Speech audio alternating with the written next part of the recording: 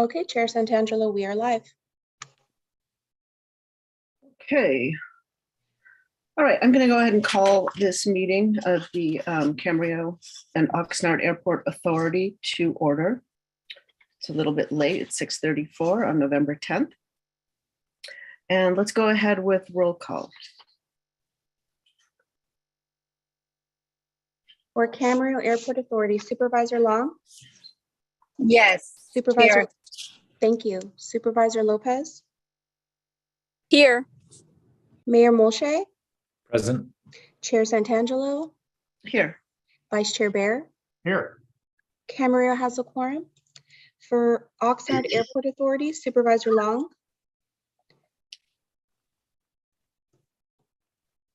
Here. Thank you. Supervisor Lopez? Here. We do not yet see Councilmember Perello. Mayor Zaragoza has been excused. Chair Fussell? Here. Okay, Oxnard does not yet have a quorum. Okay, so we'll go ahead and run the meeting, and we'll take all the Camarillo items first. And it looks like I skipped the Pledge of Allegiance. Dr. Fussell, will you lead us in that?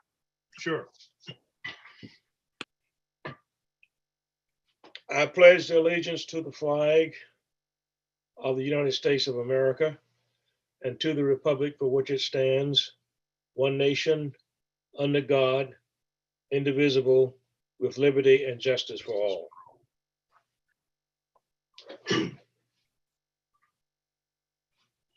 Okay, thank you.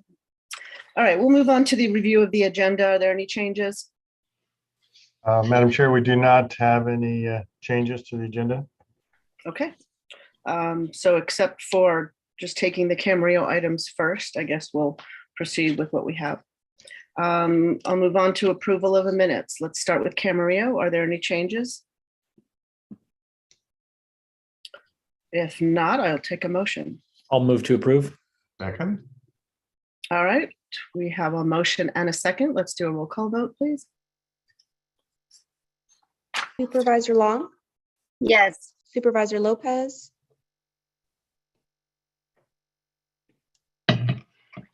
Supervisor Hi. Lopez? Yes. Sorry about that. I will abstain since I was not here. Thank you. Thank you. Mayor Molche? Yes. Chair Santangelo? Yes. Vice Chair Bear? Yes. That motion passes unanimously 4-0 with one abstention by Supervisor Lopez. Okay. Then we will move on to public comments. So this is the time for public comments on items not on the agenda.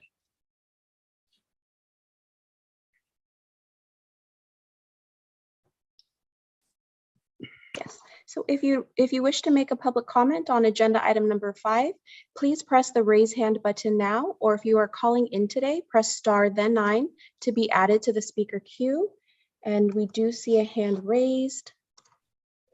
We will go ahead and promote David Cronshaw.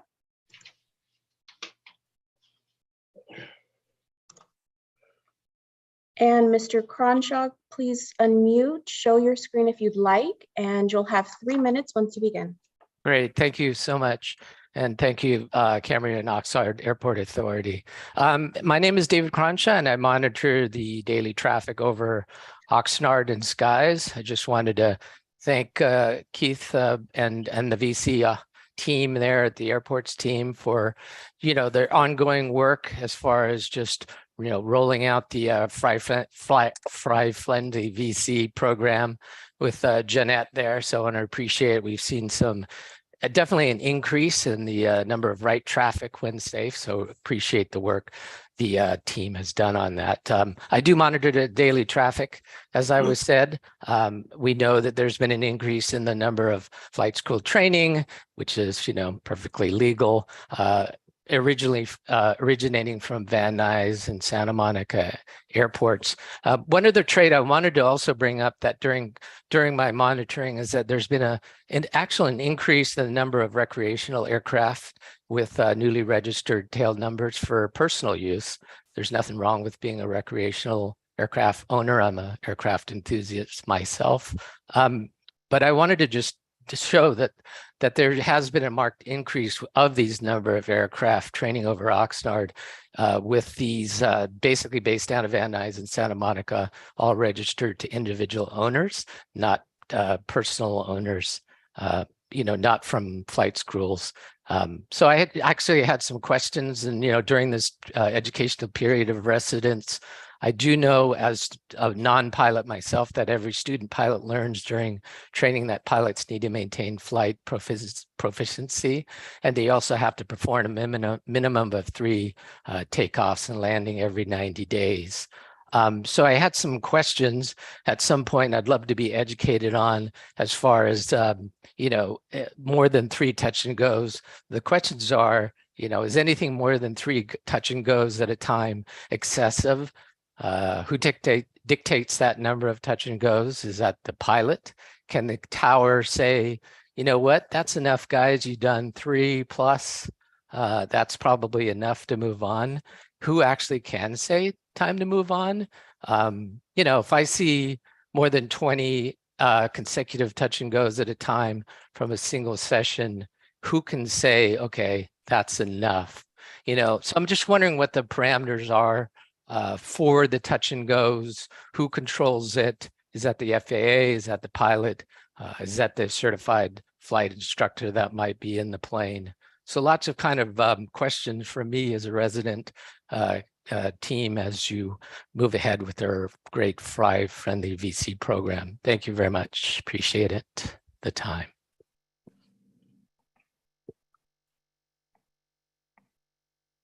And Chair, we do not see any further hands raised at this time, and no written public comments were received on this item. Okay, thank you. Thank you, Mr. Cronshaw, for your comments.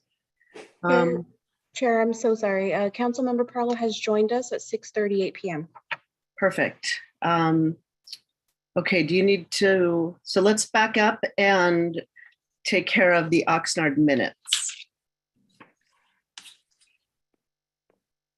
Are there any changes to the Oxnard minutes?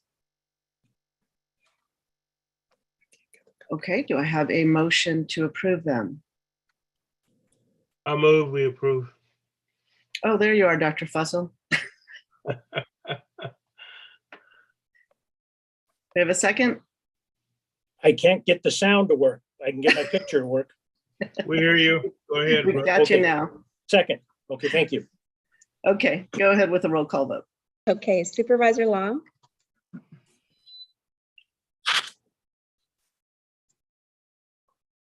And sorry, Supervisor Long, are you there? Okay, we will circle back. Supervisor Lopez? I will abstain on this one as well. Thank you. Oh, okay, thank you. Councilmember Parlo, Yes. Chair Fussell, Yes. and Supervisor Long? Yes. Okay, thank you so much. That motion passes unanimously 3-0 with 1 abstention by Supervisor Lopez. Okay, thank you. Okay, Dr. Fussell, I'm going to hand this over to you for item 6A. Okay.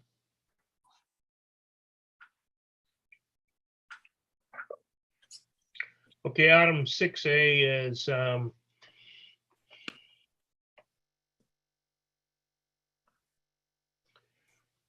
awarding of a consultant service contract to J Aviation for a lump sum of $150,000 for facility assessment of the air traffic tower at Oxnard.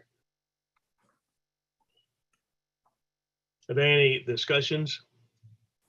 Chair Fussell, airport staff has a quick presentational update. If you have a few seconds, would do that. Sure. Aaron from our office. Sure. Good evening, authority members. Yes, staff this evening is requesting your recommendation. The Board of Supervisors approve and award a consultant services contract to Javiation in the lump sum amount of $150,440 for a facility assessment of the air traffic control tower at Oxnard Airport. We're also seeking authorization for the director as designee to execute the subject contract and also authorize the auditor controller to process the necessary budgetary transactions for this item. If you could go to the next slide. So why are we here tonight? The Oxnard Airport control tower is approximately a 64-year-old building. While we have been maintaining different systems over the years, it is in need of additional renovations and repairs. We know that we have some deficiencies identified, including HVAC systems, meeting sort of today's current code with fire sprinklers and escape ladder systems. We also are aware of a termite issue that requires some remediation and some structural damage repair. And then there's improvements to access, lighting, plumbing, and energy consumption to be more efficient. And finally, the federal contract tower program has security requirements for fencing and gates, and so that we don't currently meet. So that would be another item that we would be looking to see how we might be able to accommodate it through this assessment.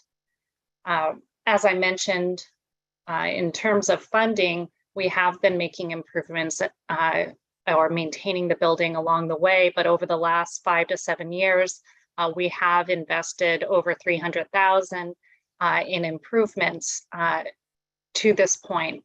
And currently, this is a facility that we don't receive any revenue from the federal government for occupying. So all the money is 100% out of pocket. With the additional bipartisan infrastructure funding that has come down, there is an opportunity for contract towers like the one at Oxnard Airport to compete for federal dollars to help in some of those repairs and renovations.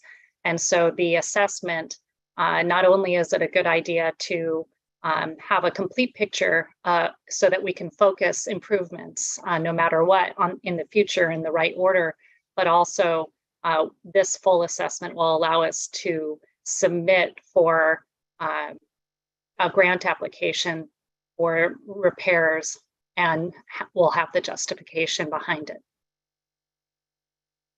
With that, I'm happy to answer any additional questions. May I ask a question, Ms. Powers? Will a part of the assessment be whether or not we can replace that tower? We've spent a lot of money on it, and all the problems we're having with it is probably cheaper to rebuild than to refurbish. So I'm wondering, will that be a part of the report by the people from JAviation? Yeah, so we're looking at it from the aspect of repairs. Even though there is additional funding, it is competitive, and and the dollars are limited. My understanding is a new tower can cost about $14 million or so. We are looking for, if we're able to focus on repairs necessary, but our assessment will address whether, we don't want to throw good money after bad. Okay. I just was wanting to, if there wasn't a part of the assessment, could they throw that in and saying if a new tower is going to cost 14 million and to repair it's going to cost 13 million, then that's sort of a no-brainer. Absolutely.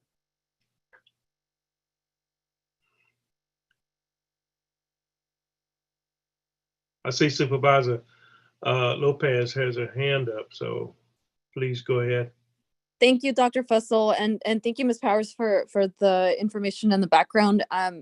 Given the potential impacts on the service, or I imagine if depending on what the assessment indicates, what repairs or replacement would be needed. Will it also include how the tower or how operations can continue under any potential construction or changes? Just wanting to get an understanding of what that might look like, or if this is a question that would be better fit, once the assessment is complete. Sure. So it would be anticipated that for any major repairs that would, the air traffic control tower is a noise sensitive facility. So, in the past, even with our current projects, it takes a lot of careful coordination. So my understanding is that depending on the scope, what would be included would be a temporary tower, would have to be devised in order for that. Certainly that would be what we would look to do, is to bring in a temporary tower to allow the air traffic control towers to continue working during the repairs. Got it. Thank you. Absolutely. Councilman Perillo. Thank you, Chair Fussell. In the past, not that far past, there was discussion about some potential other use for these properties. My personal opinion, the amount that's been spent on the refurbishing the runways, the just recently approved connector ways, and then the requirement for this runway, it makes no sense not to have a first-class tower with everything that's been done to improve this airport. And potentially, from my understanding from the airport director, this is the one that if there is commercial travel, it's going to be at this airport. Camarillo's out of the picture through some agreements. And the potential for businesses to bring in electronic planes and stuff working out of here, this seems like a good thing. But I do totally agree with Dr. Fussell. I mean, I don't know what it's going to cost. And again, that's why we're going to do this. But when Ms. Powers gave the price for the replacement of the tower, I'm glad I was sitting down. That sounds like an awful lot of money for replacing the building. When Ms. Powers is talking about a portable, how much does a portable tower cost? And how does a portable tower work? Those are my questions. I support this action also. So I don't have the information on the cost of a temporary tower. That would be, I would be looking to have that included in the, the cost estimates at the end of this process. Okay. Thank you. So what, go ahead, Scott. Oh, thank you. Ms. Powers, I may have missed this. I got distracted for a couple of minutes. Would if we had to replace the tower, would funding come through FAA grants, or would that be out of the enterprise fund? Well, I think that there is some eligibility, but it would take some years to work towards. And then, and certainly the airport would, may need to chip in a more significant share. Thank you.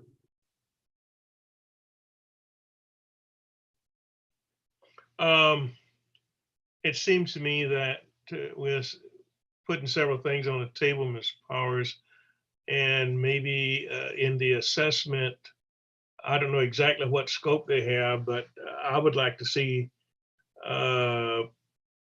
obviously what the cost is going to be to refurbish. That's the whole idea. But then probably could add into that what the temporary tower would be, and how long would it take to get the FAA to approve funds for a new tower? Could all that be a part of the report? So there's certainly the report is going to have the assessment. It's going to have estimated construction costs. To me, the estimated construction costs We will ask for that to include a temporary tower. So we have that pricing.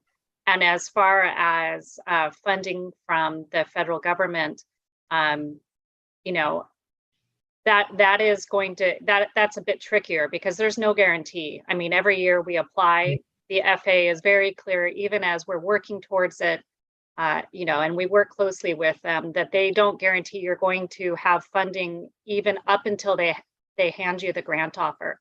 So we would certainly put it on our airport capital improvement plan. Okay. It would be, and then what would happen is we would be working with them to find, you know, how we could prioritize it. You know, each project has a priority level, a national priority level for the FAA, and you get so many points for different levels of projects. So it would be something that we would work with them to see what we could do about funding. Okay, if I understand you correctly, that we can go ahead and talk with the FAA independent of the assessment going on. Is that correct? Well, absolutely. Absolutely. I think that understanding whether we have a workable tower at the end of this assessment, once we issue the notice to proceed, we would expect to have a report in, I believe, 6 to 8 weeks, approximately, somewhere in that time range. And then once we have that information, then, you know, depending on, of course, what the result is, absolutely talking with, you know, with evidence and a study behind us certainly would help us in our discussions with the FAA. Yeah, I want to be clear is that we need to do this study so that we know what we're dealing with. We can't go to the FAA and say, hey, we got an old tower, we need, you know, $14 million. That's not going to fly. What we need is this assessment to tell us, here's the systems, here's what the, you know, remaining life is of those systems and what we can expect to get out of that. Cost benefit analysis you talked about, what a new tower, what a refurb tower, how long that will give us. We need that in hand so that we can go make that argument to the FAA. Sure. Bert? Director, if I just a question. It was mentioned and the words were used, workable tower. Is there an issue with the tower now? Is it deficient? And the reason I'm asking this now as an Oxnard City Council member, is there any deficiency in that affect the safety of anybody involved on the ground, in the air? None that we know of at this point. The idea of doing this is to get ahead of those things, make sure that we continue with a you know, operable tower. So it's a pre-planning process for us. Thank you very much. That's all, Dr. Frissell. Okay, if there's no other discussion. Chair, I do believe there might be some public comment as well. Anna, is that the case? Did we receive one or more? Yes, Chair Fussell, would you like to do public comment Sure. now? Please Okay. do. Okay, great. And I'll also read an announcement for those online. If you wish to make a public comment on agenda item number 6A, please press the raise hand button now, or if you're calling in today, press star then 9 to be added to the speaker queue. We did receive 2 written comments. The first comment is from Karen Branch. It reads, "To all, we do not need to consider extended hours. We need to shut down those who are abusing the hours at Camarillo Airport. Operating hours are 7 a.m. to 9 p.m. Yet I continue to hear large jets departing at 4:30 a.m., 6 a.m. and more, open paren, before 9 a.m., close paren. It is extremely annoying. The citizens moved to Camarillo for a quiet little town, not a hub servicing jets of non-residents. Please reconsider." Karen Branch, end of comment. The second comment we received is from Joni Conterno. It reads, "Regarding the potential approval of spending $150,000 to assess the physical improvement needed at the Oxnard Airport Control Tower. I agree that the safety of airport staff is important, but the safety of the citizens of Oxnard is equally important, and perhaps equal effort to the training of Oxnard Airport Tower controllers to promote VC fly-friendly is in order. For all the efforts put forth by the DOA to educate flight schools on flying in accordance with the VNAP, there is a huge disconnect and missed opportunity to not have the tower to be an active part in directing traffic in accordance. To hear radio transmissions approving touch and go left turns, quote, at, unquote, the shoreline rather than 1/2 mile out is disappointing. Hearing pilots ask if the tower would prefer a right or left-hand pattern with the tower replying left when there is no other plane in the sky is also disappointing. The VC fly friendly messaging needs to be consistent. A better airport control tower along with a more communicative crew of air traffic controllers would really work for Oxnard. One without the other leaves the community of Oxnard at risk for a return of excessive flight training violations directly over residential areas. Thank you, Joni Conterno. End of comment. And we do not see any members of the public with their hands raised. Okay, we want to thank Ms. Branch and Ms. Conterno for their remarks. Any further remarks? If not, we'll entertain a motion. I move the recommended action. Corolla? I'll second. I'll second. Oh, go ahead. Go ahead. We have a motion and a second. I think I heard a third voice. Yes, thank you. We have a motion by Councilmember Perallo and a second by Supervisor Lopez. For the roll call vote, Supervisor Long, Yes. Supervisor Lopez, Yes. Councilmember Perallo, Yes. Chair Fussell. Yes. That motion passes unanimously. I think we're back to Chair Santangelo. Chair Fussell, we do have one other item for Oxnard. The Brown Act. The teleconferencing, remote teleconferencing, item B. Okay, that's the Brown Act. That's just so we can have approval for the Zoom meeting, the virtual meeting for the next meeting, which could be in January if we're dark in December. That's So- correct. So at this point, what we've got is that the governor is looking to terminate the state of emergency on February 28th, 2023, which would no longer allow the committee members, you need a majority of the committee members on site unless something changes in that window.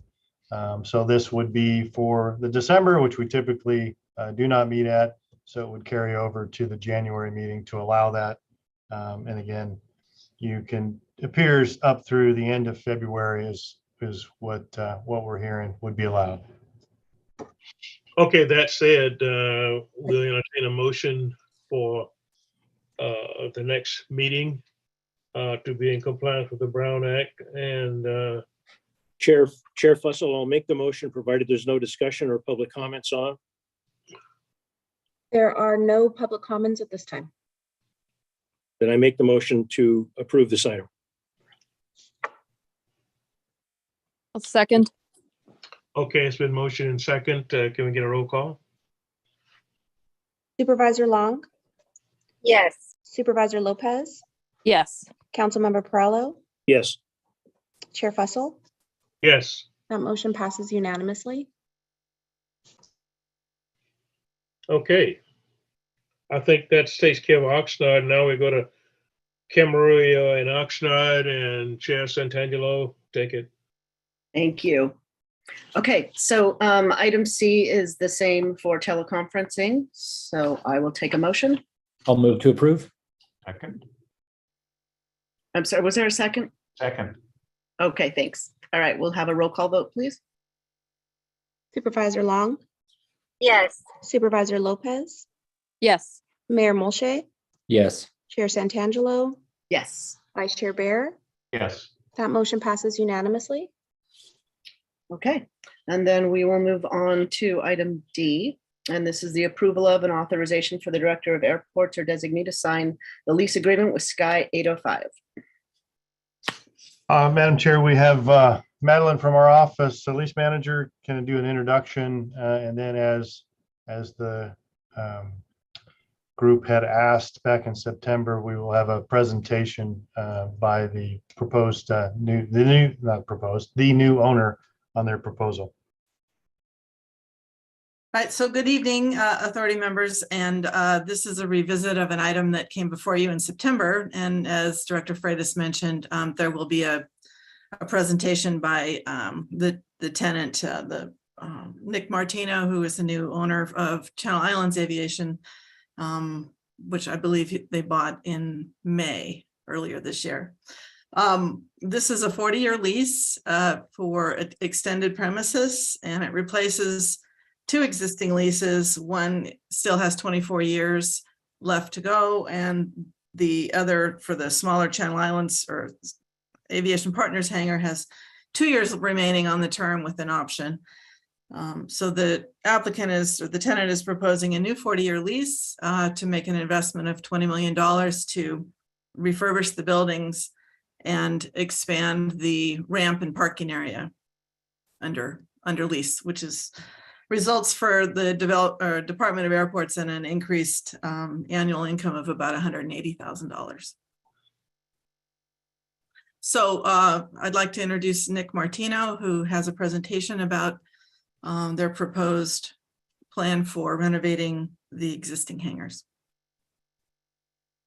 Nick, are you with us?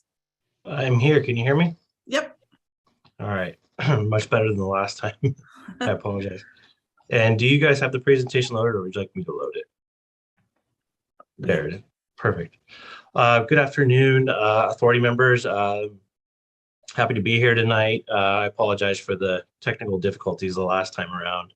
My name again is Nick Martino. I'm the Vice President of the Sky 805 Corporation and General Manager of Channel Islands Aviation. So tonight we drafted this brief proposal / discussion points to kind of open up the conversation and the first phase of planning for the eventual reconstruction and modernization of the Channel Islands facilities. Some of our most important goals of the development is to replace the original 7-year-old facilities. So the facilities, we kind of had an idea going into this that the facilities were starting to show their age. The facilities and the utilities and the infrastructure to support the buildings, those are also 7 years old. So we want to go ahead and look at modernizing the facilities. We want to address some of the known and unknown hazards. The buildings are quite old and don't include a lot of documentation.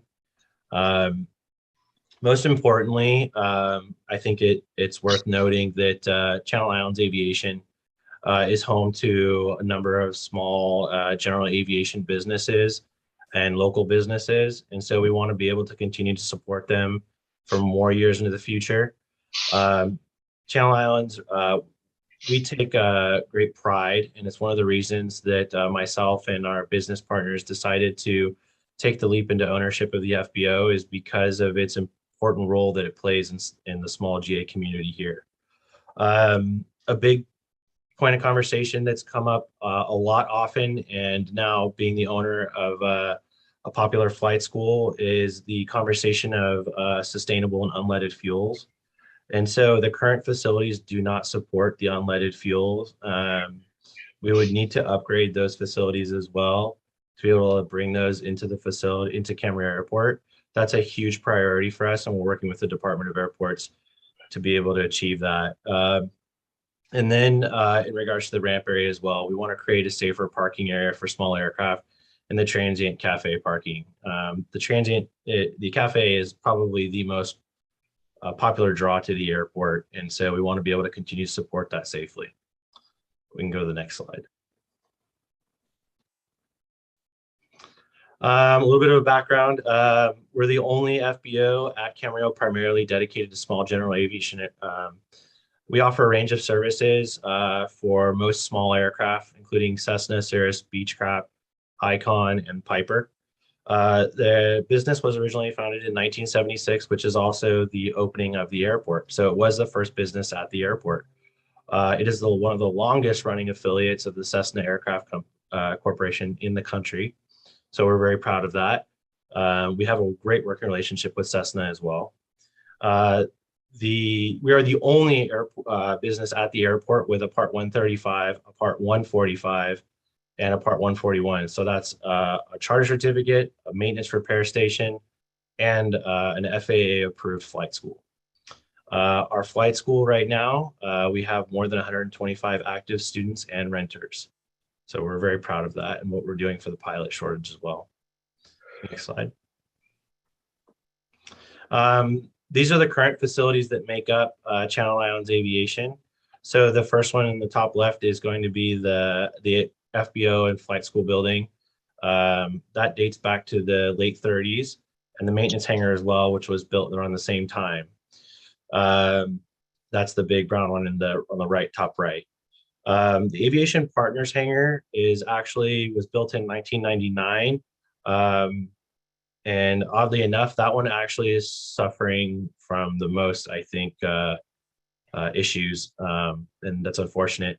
But one of the biggest issues that we have is that the original facilities, the current facilities lack most of the modern amenities, power, and utilities to be able to support just day-to-day business. And so, that's been a huge focus of ours to be able to support the existing businesses, the tenants, and our own businesses safely and efficiently, and then also comply with some of the newer, more modern power and water features. The original these facilities include all the original utilities, including the original clay pipes, sewer pipes. We've had a number since we took over about 6 months ago. We've actually had a few sewer pipes collapse on us. I think the Waypoint Cafe actually had one too on Father's Day weekend, which is one of their busiest weekends. So it's an ongoing issue for this area of the airport. Next slide. This is a couple of examples of what we've seen since, kind of coming in. This hangar, the maintenance hangar, is the first photo on the left. That one actually this hangar was painted in 2016. But because of the oxidation of the corrugated steel and the age, the paint's not holding up. And so we're losing a lot of that, which accelerates some of the corrosion. The second photo in the middle is some of those collapsed clay pipes that run to our restrooms and sink facilities in the FBO. That's actually next to Waypoint Cafe. So that was actually a product of the Waypoint addressing one of their pipes and then opening that flow. And then it actually collapsed our pipes. And so that was kind of unfortunate. But we were able to get in there and get it fixed. And then that last photo is some of the original steel beams and support infrastructure that runs in the maintenance hangar. We are starting to see some moderate to significant corrosion in some of the main support beams. Next photo, or next slide. This is a couple of photos from this previous week from our facilities. The first one is our Aviation Partners hangar in the top left. Seaview Helicopters is actually the subtenant. They're a local business. They support a lot of our local helicopter companies and their maintenance, everything from the local news stations to the fire rescue support companies that are parked out on the abandoned portion, Colson Fire. They do a lot of work with a lot of agencies, including our own Ventura County Sheriffs as well. So they occupy that whole hangar, and they are busting at the seams, as you can see. But they're a vital business, and they provide some wonderful support for our local companies as well. The top right is actually our maintenance hangar, and it's also where we store some of our base tenants as well. As you can see, that hangar is pretty well stacked, and that's actually missing two of our, one of the state of California keeps a King Air in there as well, and it's missing in that photo. And then there's actually a Beach Premier jet that I actually parked in there as well. So when all of our aircraft come home to roost there, it gets quite crowded, and it doesn't leave much room for our maintenance team to work efficiently. The bottom middle photo is one of the kind of design flaws of the hangar. those support beams drop down to a lower height than normal, which means you can see in the bottom of the photo, there's a tail of a small GA aircraft there. It's a Cirrus. And we have to make sure that if we have any tails of any aircraft, we don't push them too close to the edge. Otherwise, it could strike some of those low-hanging beams and lights. And so we don't get to utilize the full width of the hangar. Next slide. So this is the existing site plan of the current Channel Islands facilities at an aerial view. So the area in white is going to be the current ramp area that is occupied by Channel Islands Aviation. You can see the row of small planes. That's actually the flight school rows. And then there's right in front of the FBO, where it says FBO terminal building, you'll see in that white box, there's actually a jet parked there. That is what currently the area where we have to park jet aircraft. The previous owners, including us, we still have some small to mid-sized jets that occasionally use our facility. And so unfortunately, this is the only area where we can park them and not be an obstruction to anyone else. It's not the safest place to put it. We've had a number of issues in the past where transient jets have come in to park and they've come late at night or early in the morning or just not called ahead. And they will actually taxi down the flight school row or taxi through the fire lane and have done damage to some of our flight school planes. So that's one of the design flaws and kind of drawbacks that we have right now. Currently, we have about 47,000 square feet of hangar space, 13,400 square feet of office. Our ramp space is currently at 14,060 feet. As of now, there's 24 available tie-down parking spaces that are transient for the Waypoint Cafe. And so, actually, we can go to the next slide. I can kind of, in this slide, this is the new site plan that we're proposing. And starting with the transient area, the Waypoint Cafe, the tie downs are unaffected. So we'll still keep the original 24. Those are going to completely stay the same. And then what we've done here is we've expanded the ramp to the lease line to the east to allow for spacing for any of the larger or transient aircraft that can show up. And so this would essentially prevent some of those issues that we've had in the past with aircraft moving and parking in around smaller aircraft, the larger aircraft. Also too, I think for most of us that spend time out here, we have a very active military community that likes to visit our Waypoint Cafe. And so we have the 2 helipads at the transient area. Sometimes some of those larger rotorcraft helicopters that come in and visit the Waypoint can actually do damage to some of the transient aircraft on busier days, smaller transient. Want to be able to move them to the other side of the ramp and give them some safe operating space away from the smaller, lighter aircraft. So in the proposed space, we have about 7,800 square feet of office space. We're looking at expanding the hangar space about 17,000 more square feet. That gives us that extra bit of room to accommodate some of our growing tenants, as well as our current maintenance operation and our base tenants. Again, right now, we don't have the proper amount of space to be able to accommodate our businesses that are currently here. So also what this is going to do is it's going to allow us to modernize the facilities to be able to support, the utilities and infrastructure needed. A big thing right now that we're dealing with is, in our maintenance hangar is power. We do not have enough power to be able to support 2 power tools at the same time. We have 1 breaker, it's very small, and we don't have the ability to run power to this hangar.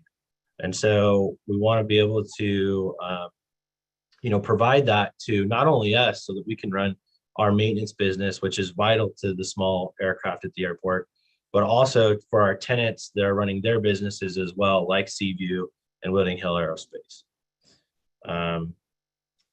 We can move to the next slide. So for our last meeting and also some of the conversations we've been having around the airfield and with our own tenants, we've definitely been able to pick up on some of the concerns and some of the discussion points. And so I want to be able to address some of those things that we're hearing, and then also answer any questions as well. So again, to hit on this point, we're very serious about the small GA community here. That's the main reason that we purchased Channel Islands Aviation. I didn't want to, and my business partners, Ron included, we did not want to, see a situation where someone else came in that didn't have a dog in the fight and, couldn't support small GA. What would happen without the 141 flight school? What would happen without our maintenance facility? Some of the other maintenance operators that used to operate at this airport are gone. And so that's, made Channel Islands all that more important. So the key goal is to modernize the existing outdated facilities so that we can continue to support small GA in the future. Channel Islands, again, very important to Camarillo and the GA community. Without it, I think it would significantly deter the GA community here at Camarillo and the GA community from staying here at Camarillo. If we were to shut down our maintenance business, folks would have to go elsewhere for their maintenance. We want to create an aesthetically pleasing and environmentally efficient design. So Channel Islands, again, 70 plus years old, the facilities, they are not efficient. So the water features, the power, pretty much everything about it does not meet the current county codes and efficiency. So we want to be able to do that. And that as well as, provide for sustainable power sources. We are in a drought, and that's one of the things that we want to be mindful of, moving forward.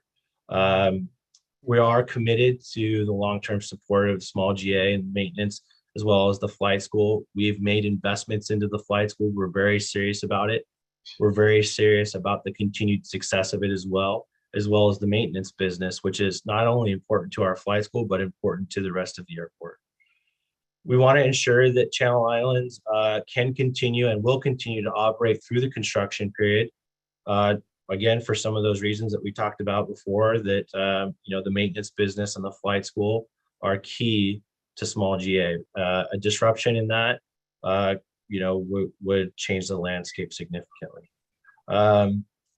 Channel Islands offers, a very well-balanced addition of small GA to support Cloud9. Both facilities are designed to complement one another.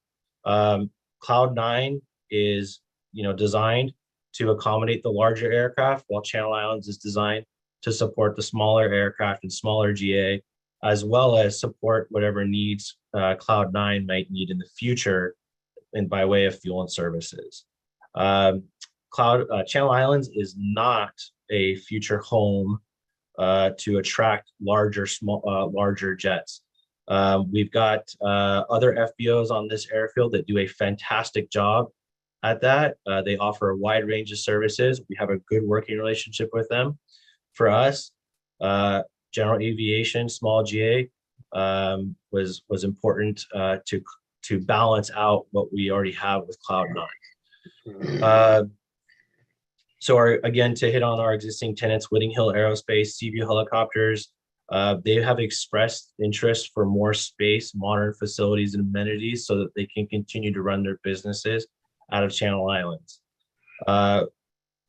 I made a quick note, for those of you that don't know, again, our flight school is very important to us. Ron and I and some of the other partners are very passionate about it, seeing it succeed. It did have some deficiencies, and so we went ahead and we've invested in the flight school. We've added a few aircraft to it. We added an Icon A5 to be able to offer seaplane endorsements and LSA training, which is kind of a neat aircraft. I know that we've done some show and tell with it with EAA and the local community. We've added a 182 retract to add some high performance retract endorsements and training. And then we're adding a new 172, should be this week. It should be here this week. And so we're very excited about that. And we're making investments into the current fleet in the way of avionics as well. On average, our flight school trainings hours are up. I think that's pretty consistent with a lot of the industry right now. There's a massive pilot shortage right now. And I also think Top Gun did us some favors. I won't lie. We've had our fuel sales have increased, and our maintenance business has actually seen the biggest increase.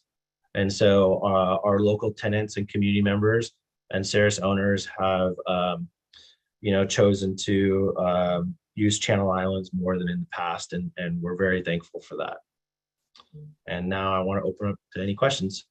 Before questions, Madam Chair, if I may, what I want to point out, at least from what we're seeing in the Department of Airports, that the feedback that we're getting from our community is concerned about jet traffic.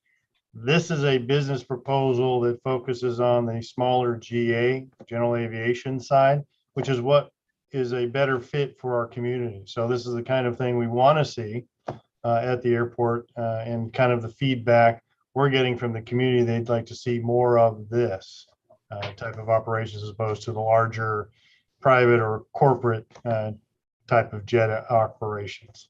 So I just wanted to add that in. Okay, let's go ahead with questions. Mr. Bear. To follow up, Director Freitas, on what you just said, Mr. Martino, will you and your partners commit in writing to not adding any full-time jets housed at Channel Islands? So we currently have jets full-time here, as well as the previous owners. So I don't think I'm looking to let me rephrase that. Will you and your colleagues commit to not adding additional jets to be permanently housed at Channel Islands? When I say commit, I mean put it in writing. No, that would put us, that would expose us to discriminatory actions. It's actually in violation of our lease, our existing lease, and our current lease with the FAA. So you're saying then that the potential exists for increased jets at Channel Islands? I'm saying that It's a straightforward question. Does the potential exist for additional jets to be housed at Channel Islands Aviation? Well, of course, the potential exists. The industry is changing, and it's changed a lot in the last 70 years. So it would be misleading for me to set that expectation for the community that wouldn't happen or couldn't happen. I don't know what tomorrow would bring, but we can obviously do our best to support small GA and make sure that this doesn't become a home for larger jets. I can tell you that some of the suitors for this development here, this business here, we're planning exactly that, to turn it into a large jet hub, which is part of the reason why we decided to step up. So you're saying that you and your partners took over Channel Islands for what reason? I'm a little bit confused. I have to believe you took it over to make money, not for the betterment of the folks in Old Town. And my concern is that since you're not going to commit to adding to not add more jets, right? That you're potentially opening up Old Town for more jet noise. And I'm sure, we're not opening up. We're not. I wasn't finished.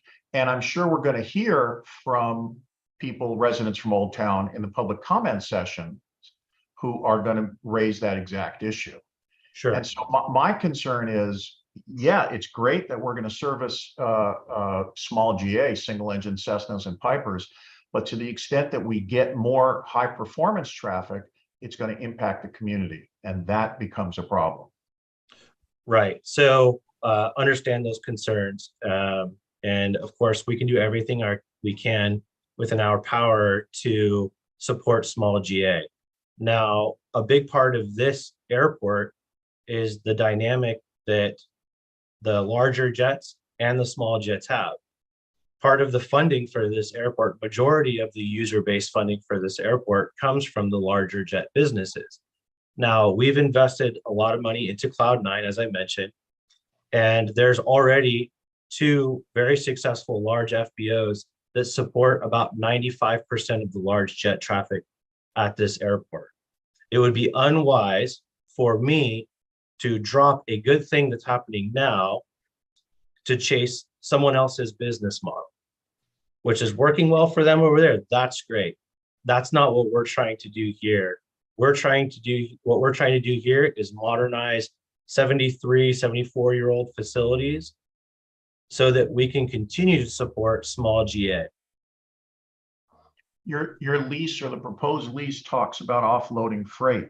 Do you intend to have any scheduled freight service coming in and out of Channel Islands? No, that's not our intention. I think that's just standard language that's included in the Department of Airports lease. Would you be willing to delete that language, the reference to freight? I would need to defer to the Department of Airports because they use standard language for all their leases, I believe. Assuming the Department of Airports is okay with it, are you?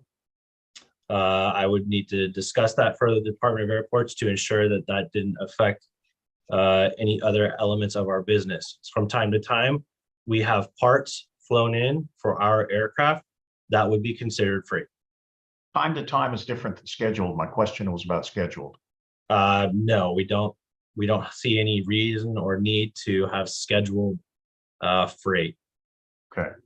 I believe that scheduled, and correct me if I'm wrong, I believe that scheduled freight would actually not be permitted under the JPA, but because it is scheduled, and that would be considered a different CFR. So within the airport's guidance. So that kind of actually brings up a good point, which is, we're very aware of the JPA. The lease, conforms to the JPA.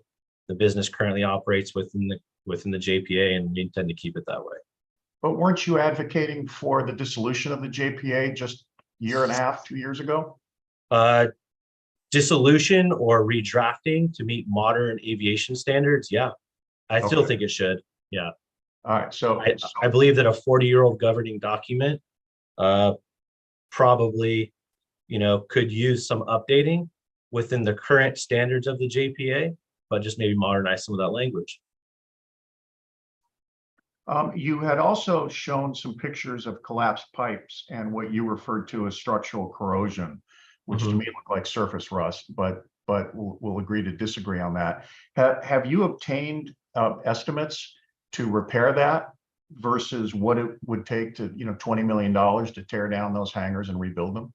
Yeah, we actually did a number of walkthroughs with our general contractors and inspectors. One of the biggest drawbacks was mentioned in the previous is that there's not any real documentation or formal design documentation, blueprints, plans that exist from the original construction. Most of the current facility doesn't meet code.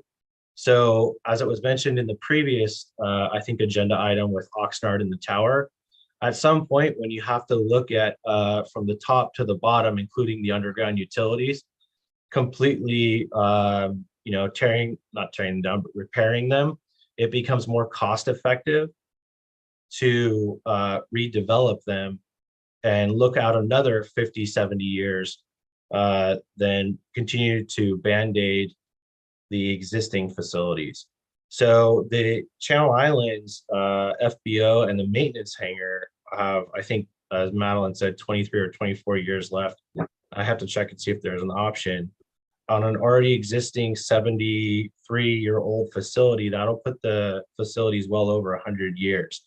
When we're already seeing structural issues, we have brought out our structural engineers to give us an idea. If there was a cost-effective way to make it look nice and keep the existing facilities, we would absolutely choose that. But unfortunately, that just doesn't exist. In the lease, it talks about charter operations, including charter operations by subtenants. I have, and maybe I don't understand grant assurances or the FARs as well as you do, but I have a hard time believing that you as a business can make a decision or not make a decision to offer a sublease to certain types of businesses. And if that being the case, will you commit not to offer subcontracts to jet charter companies? Committee Bear, I'd like to at least interject here. You did touch on grant assurances. We do have some challenges, and you're diving into kind of deep into a particular lease that may expose the county, because we've got to be consistent across the board. I mean, that's specifically what grant assurances require. Every time we take a new grant, that we abide by that. And if we cherry pick or very specific against one entity, I am concerned that might expose the county as a whole. I just want to put that out there. And that was sort of the basis for my question. My concern, Director, as you can gather from the questions I'm asking, is the impact that the renovations will have on air traffic and specifically jet traffic over Old Town, which, I mean, you and I have had this discussion. We're having a meeting next week with people from Old Town. I don't want to see anything that's going to adversely impact the residents of Old Town from a noise perspective, so that we are recreating what we're trying to mitigate in Oxnard. And that's a big concern of mine, that Mr. Martino and his colleagues have already built a structure that's going to house 4 more jets at Camarillo Airport. And now they're rebuilding a facility or building a new facility that may potentially take in more jets. And that's just going to increase airport noise. And that's the focus. That's my concern. Can I make a quick point that the lease actually use clauses are not changing. So the lease is actually remaining the same. None of the language in the new lease changes our ability to do anything that we can't already do. So I want to be really, I don't want the public to think that because we're modernizing this facilities, all of a sudden it opens the door to this flood of, gigantic jets. The facilities that we're proposing, if you look at the site plan, they're very similar to the existing facilities in the way that they're set back, the way that they're located. And we did that very specifically to minimize the change, to take only what we need, to build only what we need. Mr. Martino, respectfully, I'm having a hard time believing that you and your colleagues are going to spend $20 million to house Cessna 152s and Piper Cherokees. And I have to believe that part of the plan is to attract more business, larger aircraft. One of the slides you put up showed a specific parking area for larger aircraft. Mm-hmm. And the concern is that if the business plan is to attract more larger aircraft, creating parking spaces for more larger aircraft, we're going to have more noise over Old Town as those aircraft approach the airport. And that's not something I'll support. Well, I got to be honest and address that location that you're identifying for large GA is already identified for large GA in the airport's ALP. It's being used for large GA. In fact, 3 months ago, Sun Air housed 14 Falcons on that ramp. And so I think there was actually a few Gulfstreams in there too. And so the facilities are already being used by other FBOs to support their large aircraft operations. What I'm proposing here is to make this more friendly to small GA. Now, the facility currently supports larger aircraft, not as large as the other FBOs, but larger aircraft. The previous owners had a number of Falcons under management, including one, I think, Falcon 9X, which is a fairly large aircraft. And it was based here for at least a decade. And so I would submit that, again, what you see today is likely to actually, it's going to be more friendly to small GA in the future. By us utilizing that ramp for our operation, we now limit the outside possibility that this can be used by other operators who may choose to use it for large. Now, you've continually hit on that we're not going to make money we actually do make money, and we have support from our lenders, from our financial partner, because they see the value in small GA. We see the value in long-term Camarillo staying what it is. So you don't, just because we're not servicing large jets doesn't mean that we're going for broke. We can absolutely do well and succeed in the same way that this airport has for the past 40 plus years in supporting small GA. Then why not commit to not as part of your business plan working to attract more jets? And because I'm not going to submit to and agreeing to take on more jets. Well, if your business plan is small GA and the Pipers and the Cessnas and whatnot, then you really don't need the jets. So to assuage public concern, why not commit to that? Yeah, for the same reason that the other tenants won't, and the airport won't just shut down and say no large jets allowed, because it's discriminatory. So we have Cloud9 that supports larger aircraft, but we're going to design these facilities to last the next 70 years. But Cloud9 is not a transient facility. Cloud9 is going to have 4 full-time tenants. That's absolutely accurate. And we have with no fuel services, which you made it a point of several times, making that point during the discussion about Cloud9. So Cloud9 is a housing facility versus Channel Islands, which is going to house some aircraft, but also is going to service transient and potentially take on more aircraft to house. So you're really talking apples and oranges. So let's not confuse the issues, and let's focus on what Channel Islands is going to do, because we know that Cloud9 is a storage facility. Right. So with all due respect, I understand what you're trying to say and do, but in reality, like I said, this facility currently supports large aircraft. It currently supports Falcons. We currently maintain those aircraft.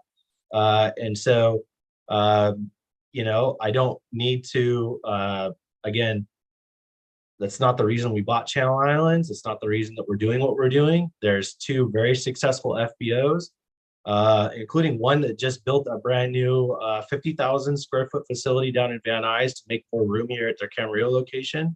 And so, I don't think it would be a very good business decision if we're going to talk about what is good business, to drop what we're doing and follow suit. That's not what we're here to do. So, Scott, could I just interject here real quick with respect to the use clause? I know you keep focusing on various issues in the use clause, but you should know this use clause that's in the proposed lease is their same use clause they have in their existing Channel Islands lease, which is the same language that's in Sunair's lease, which is the same language in Avex's lease, which is the same language in Aspen and Golden West. And, what Keith mentioned, we don't specifically tailor the language. If it's a full service FBO, that's the language they get. That's fine. But the purpose of my question, Ms. Early, was to find out if Channel Islands had any intentions for freight. So I think it was a fair question, especially what's gone on in the last few years, and wanted to hear his response. Getting back, was there anything else, Ms. Early? I didn't want to cut you off. No, I know that there's other people with their hand up too, so okay. Get to them. Getting back, Mr. Martino, to your comment about support of the existing facilities supporting jets, that's different than housing them full time. We do house them full time. We have a number of turbines that are housed here full time. In fact, we have. Are you talking about turboprops or actual jets? Actual jets. Okay. There was I believe that there's 3 CJs that were on the management certificate for the better part of a decade. There was a Falcon 8X, which is a fairly significant size aircraft. Those are no longer with us, but we do have 2 jets that we support here. And they're good tenants. They do their maintenance here with us. And they chose to be based at Channel Islands because we support, again, small GA. Well, then why? All right, you've got those 2. Why not commit to not taking on any more? Because I'm not going to agree to anything that would be discriminatory. So what you're saying is you could take on more jets if you decided you wanted to. Yeah, I think I made that pretty clear. Yeah. All right. I at this point, I have nothing else. Okay, Dr. Fussell, I believe you're next. Well, I just wanted to point out that we may be given some misinformation here. I don't think that jets are synonymous with noise. The jets that we fly now are less noisier than the airplane that I fly. I fly a 40-year-old airplane. It's a twin. It makes a hell of a lot more noise than the jets. And I think that with all the noise, the conversation that goes on, it seems like we're just saying if you get jets, you're going to have noise, and that's not true. And I just wanted to point that out. Thank you. Mr. Camarillo. Thank you very much. First off, I want to just be very clear. I'm on the Oxnard Airport Authority. I don't have a vote on this item. I appreciate the information and I appreciate the dialogue, but I have a couple of questions. Number one, and I think it magnifies a point that I've been bringing up more than one meeting. Is there a county council staff here tonight? That's a question. There is not. And again, it's a mistake not to have a county council here when questions come up.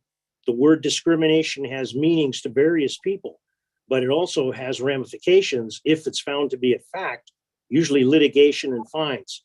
I don't want the airport to be involved in anything like that.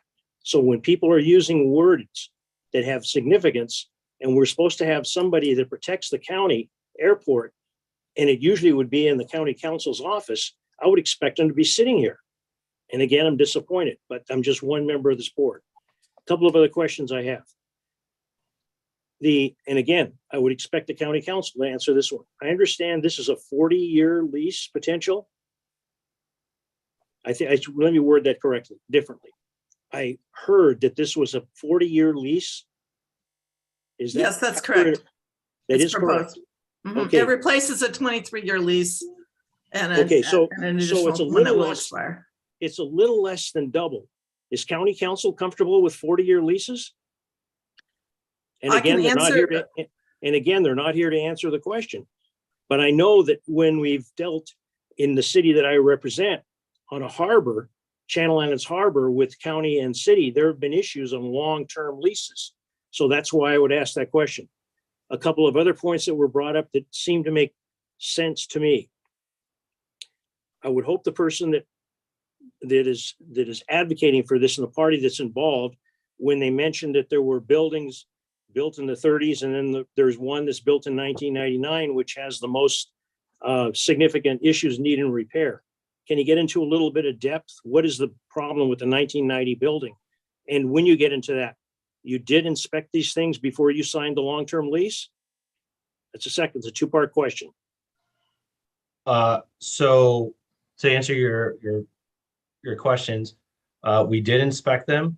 We did not sign this lease. We inherited this lease. Okay. And so, yeah, the leases existed. To be specific, some of the issues on Tuesday, we had a pretty significant rain. We lost a number of ceiling panels due to a collapsed roof section. So again, we have pretty significant utility issues as well with power and water. We believe, we're not 100% sure, but we believe that the subgrade, again, we want to be able to start down this road. And that's part of this conversation, is to basically set the base layer before we go ahead and we start doing the design and environmentals and all those kinds of things. But we believe that the Aviation Partners hangar was built on kind of a bad subgrade as well. And so we're getting some hangar floor issues as well. I'd have to get with my structural engineer for him to explain it. So we were kind of aware, but again, we had opened up the line of communication with the Department of Airports early on, even before we closed escrow, and to kind of discuss the age of the facilities and what is it that would be most appropriate looking forward. Is it to stick out the existing 27-year lease and keep continuing to put band-aids on this thing? or is it to, look at newer, more modern facilities? So I hope that answers your questions. Yes, it did. And I, again, all of the questions in the back and forth, I've appreciated. As a member of the board or a member of the public listening to it, some very good dialogue. But the last question's for the airport director. It was mentioned that military use the cafe, but military come in large helicopters. And with large helicopters cause problems with the GA, general aviation. I'm guessing, because I'm not a pilot, that means the little planes. Is there any rule about how far a big helicopter parks next to a little airplane? Or is it just wherever there's an open space? That is pilot discretion, and they do have a responsibility to not damage things around them. They're pretty good at that.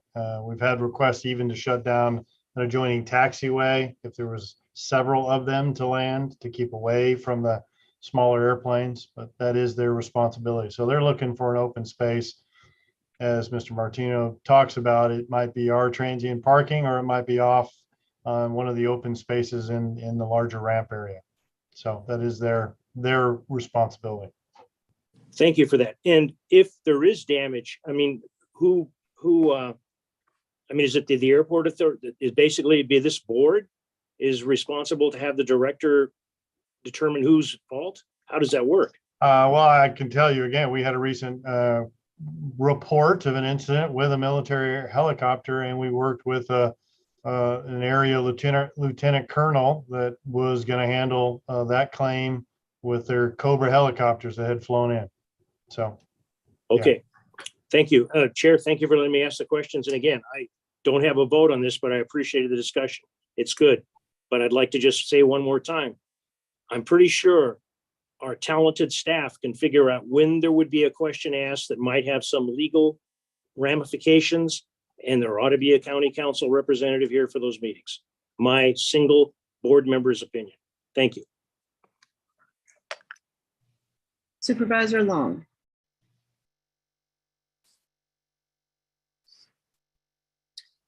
Supervisor Long? Okay, she just disappeared. Okay. So I don't see any more hands up from any authority members. So I'm going to move us on to public comments. Mr. Pierce. She's back. Sorry about that. I just want to say thank you for this presentation to provide further details on this item. I did want to ask, so for the parking, there still will be free parking for the waypoint. Is that correct? That is correct. I spoke directly with the owner of the waypoint to ensure his needs were met, and we're retaining what they have currently. And he was happy with that. Yep. Okay, good. Because I was there just a couple weeks ago, and there's a lot of traffic in there, and to make sure that all of the businesses are thriving, I think is very important for our airport authority to check on. And then also to make sure with the FOBs that we're working with them as well. I do really appreciate stressing the GA being the focus. I can understand that leases cannot be cherry picked or designed specifically for one. We have to have an overall umbrella for leases for property there. So I do appreciate the foresight of looking into that and making sure that we are aware of that. Also, the question in regards to the freight, Mr. Freitas, if you could answer that. So we do not allow standard freight shipments on a continual basis. Was that the question? Yeah, Okay. I believe that came up a few times. Just to be clear, once again, no scheduled airline service, no scheduled air cargo freight operations. That would not be allowed per the joint powers agreement between the county and city of Camarillo. I made that clear a few times, a few presentations with the city, but none of that has changed, and that's consistent with what we have in our leases. Okay, and this property and the planes that fly are going to be under the same noise ordinances that all have to fly under, correct? That is correct. That limits the size, the weight of the airplanes and that's how it's controlled in that section. Again, I do want to point out, that as they describe this, they have the Cloud9 business. This is a good marriage of the two businesses because this one focuses on a different component, which is a smaller GA business. That, as mentioned several times, is the only one business that we have that focuses on the general aviation component here at Camarillo. Okay, because what I want to make sure is that this is consistent with what we've been presenting or you have presented for on our behalf for the city of Camarillo and our constituents, that we are following the GPA of the noise components and so forth. So I appreciate you reiterating that. I think that's very important for all of us to remember. Thank you. Can I say something real quick? Because there was 2 points brought up that I think are important. Is that okay, Chair? Sure, go ahead. So the noise, I think it's really worth noting that we are a flight school, and Director Freitas and the staff at the Department of Airports have been very, I would say, diligent about working with our staff and our flight school manager and our CFIs on the Fly Friendly program. And so we've been very active in that. And so that's a huge discussion point in all of our CFI meetings. It's something that we take very seriously. And so since I know that we have a lot of the community probably watching this right now, I do want to make that commitment publicly that we remain active and vigilant in the Fly Friendly program and being good neighbors. I've met with Director Freitas and some of the Oxnard homeowners associations as well to try and implement some of those new policies and right traffic.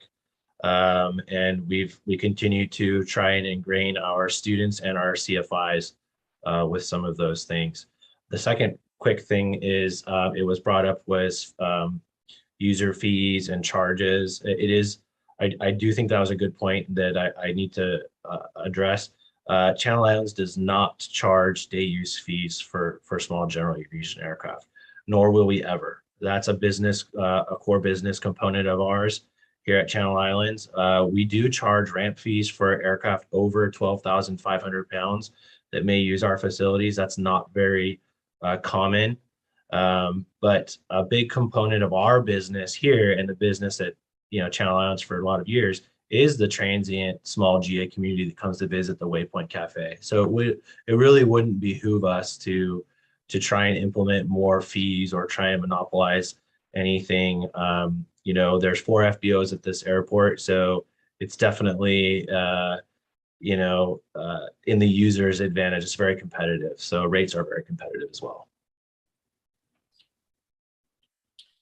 Okay, I think we'll move on to our public comments now.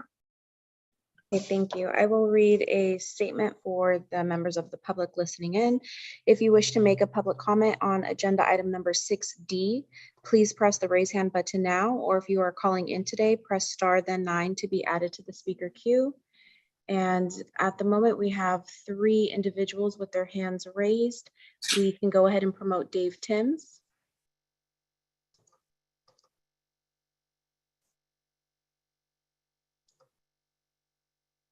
And Mr. Timms, please unmute. You can share your screen if you'd like, and you'll have 3 minutes. And you are currently muted.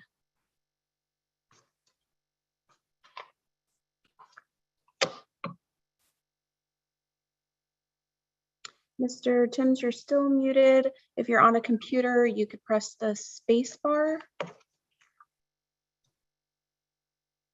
Okay, I guess I'm back. Yes, you're back, and you'll have 3 minutes. Okay, good evening, Nick. Dave Timms here. I had a few questions here for you. You mentioned you and your general partners. I'm just wondering, what is the corporate relationship between you and your general partners? I assume that Cloud9 has an interest in the in what used to be Channel Islands. Another question would be self-fueling. We haven't had self-fueling, refueling now for, I guess it's going on a year. I'm wondering if that is one of your responsibilities or responsibility of another server on the airport. And if we're going to be getting self-refueling anytime in the near future. Also, you mentioned you're building up your avionics facility. I think right now we do not have a avionics facility on the airport that'll do PDOT static testing of our aircraft. That needs to be done every 2 years. I'm wondering if you plan to have an avionics facility that would service the PDOT static testing. And just as a curiosity, I haven't seen any of the Islanders parked out in front of Western Cardinal, not Western Cardinal, but your facility. I'm wondering, are you no longer servicing the airports over on the islands, or are you going to be getting Islanders back, or what's the deal there? So I look forward to hearing your answers. Take care.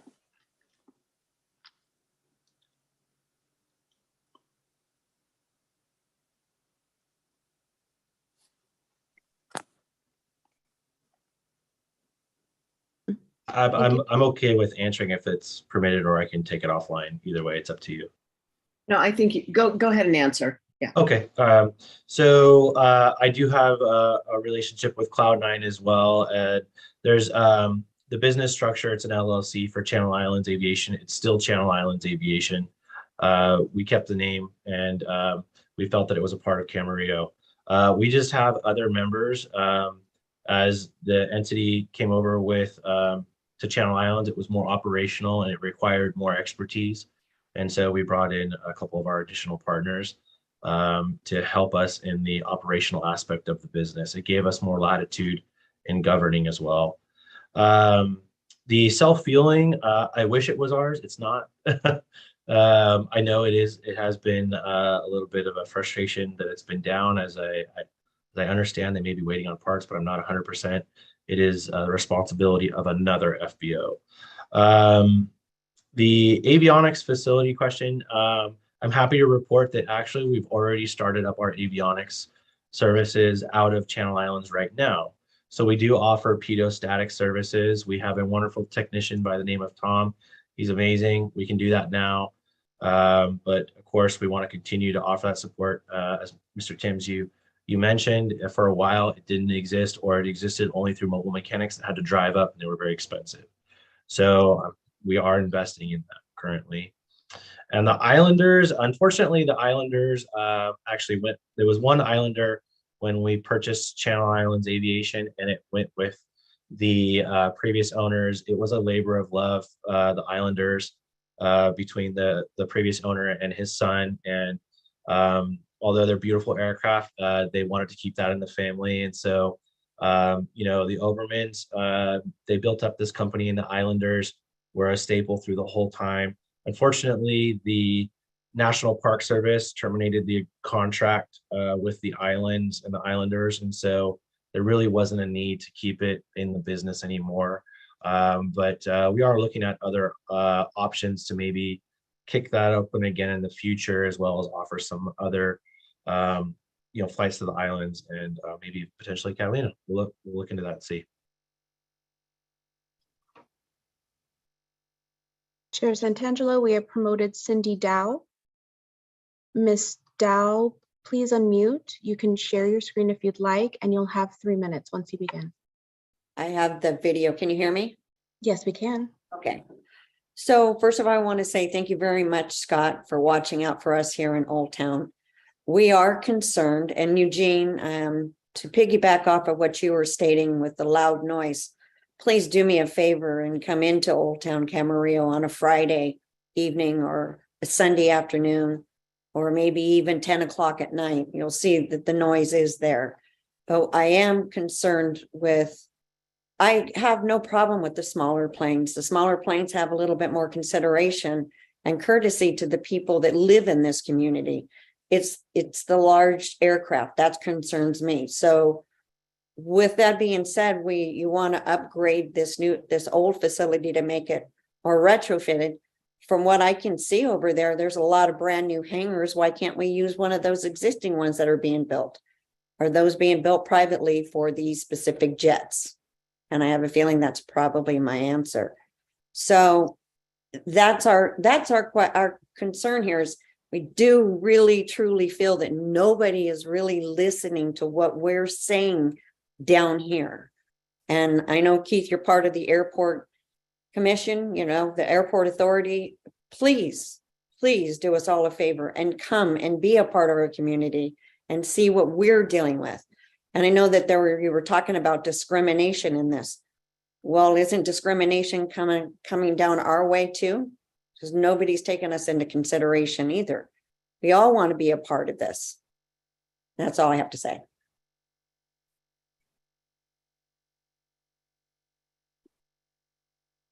Okay, and we are now promoting Lauren Delatorre.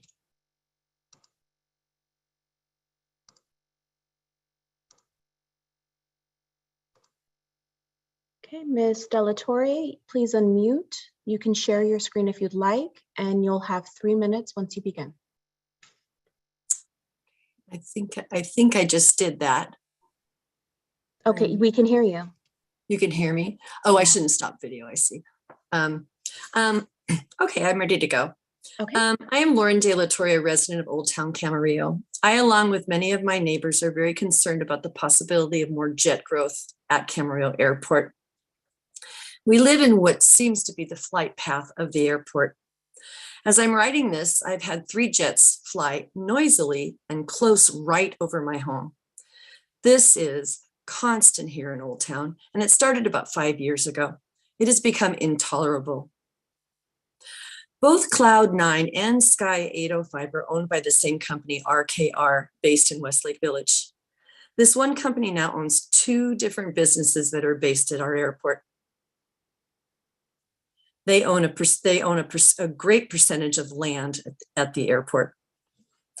Living in Old Town, I, along with my neighbors, are subject to a few types of pollution in our community from jet traffic. We see constant jets flying over our homes in Old Town.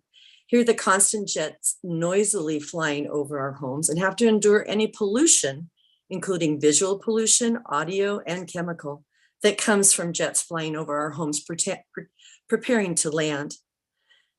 The amount of small jets over our home is intolerable. I recently read about a situation at the Van Nuys Airport. Residents who live there close are dealing with even more traffic than we have here in Camarillo. Will we become the new Van Nuys? Interesting that private jet owners can come to Camarillo now instead of airports like Van Nuys. This is because Van Nuys is no longer attractive to jet owners, and they are looking for the next best thing.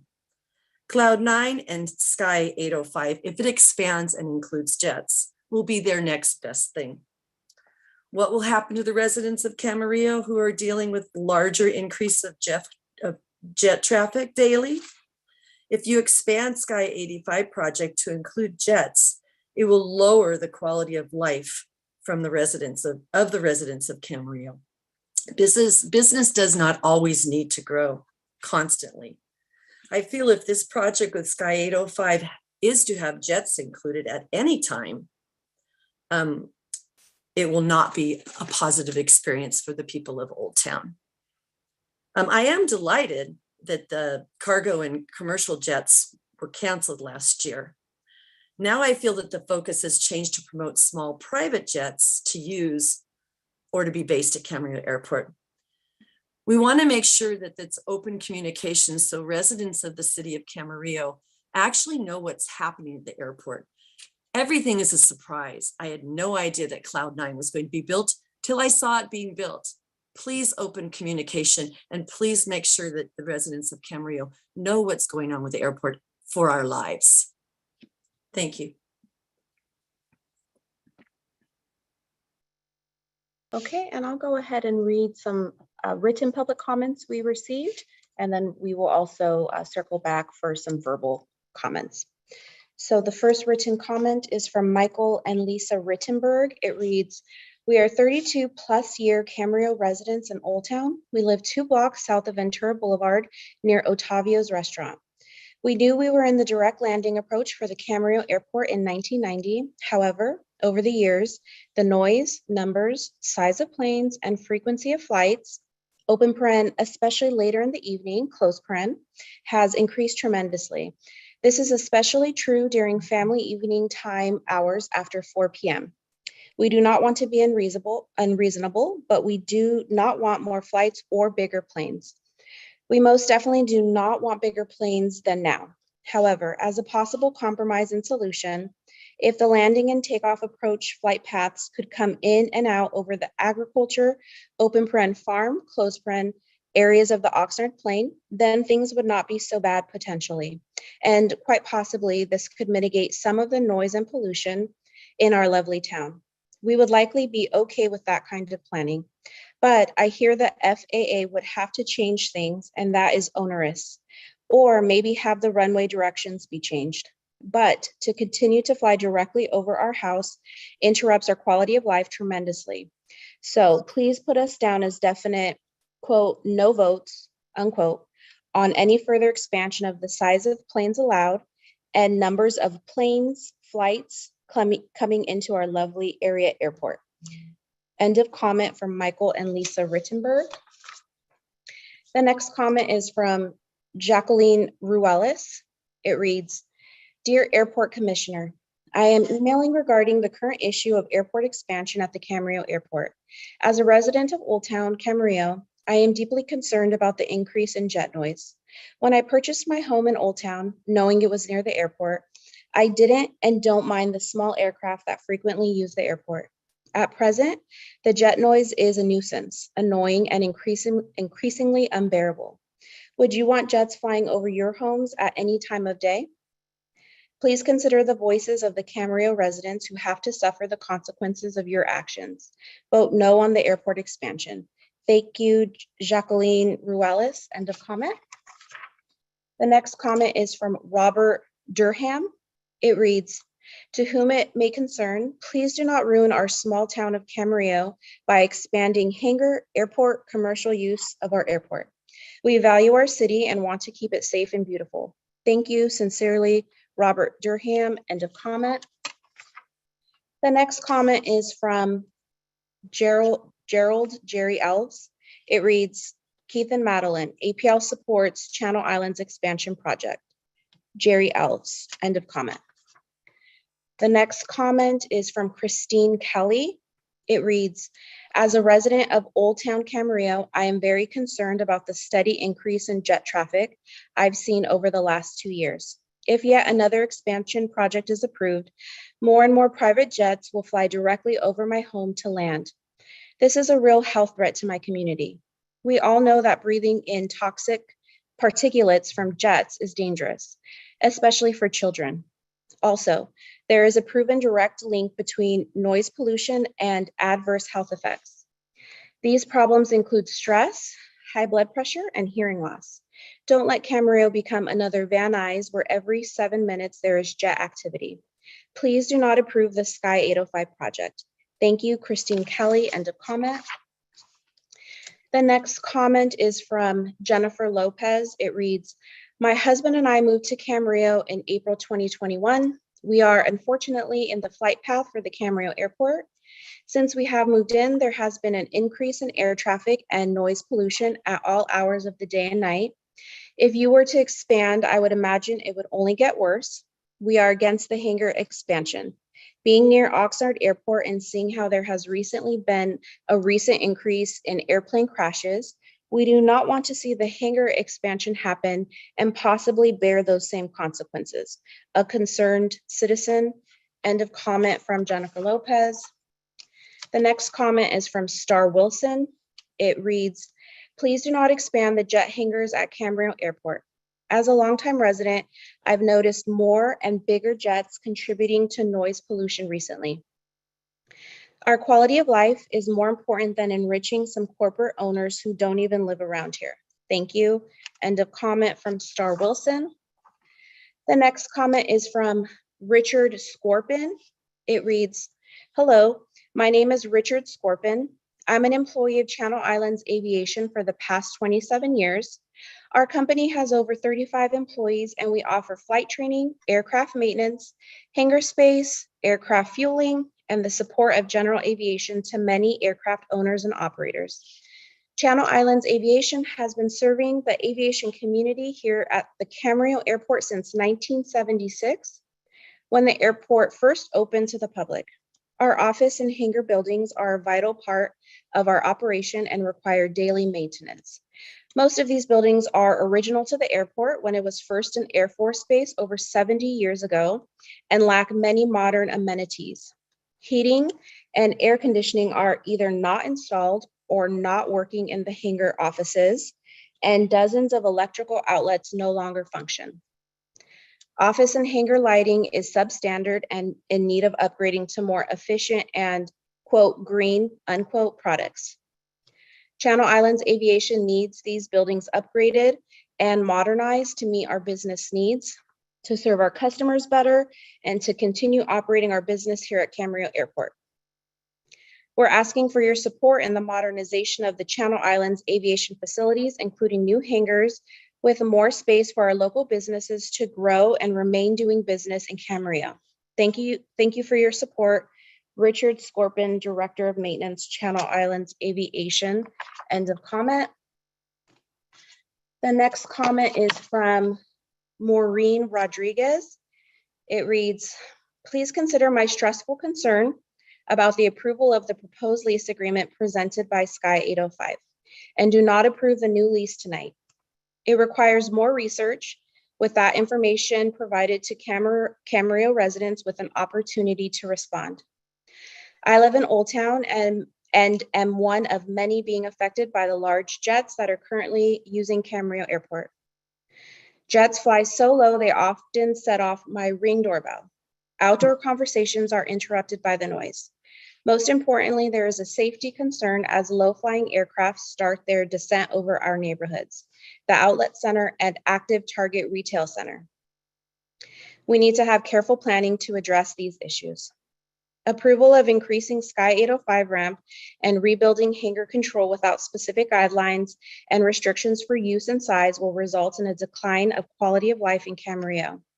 After attending the Zoom meeting in September, I still have to, quote, guess, unquote, what the terms of the lease would be.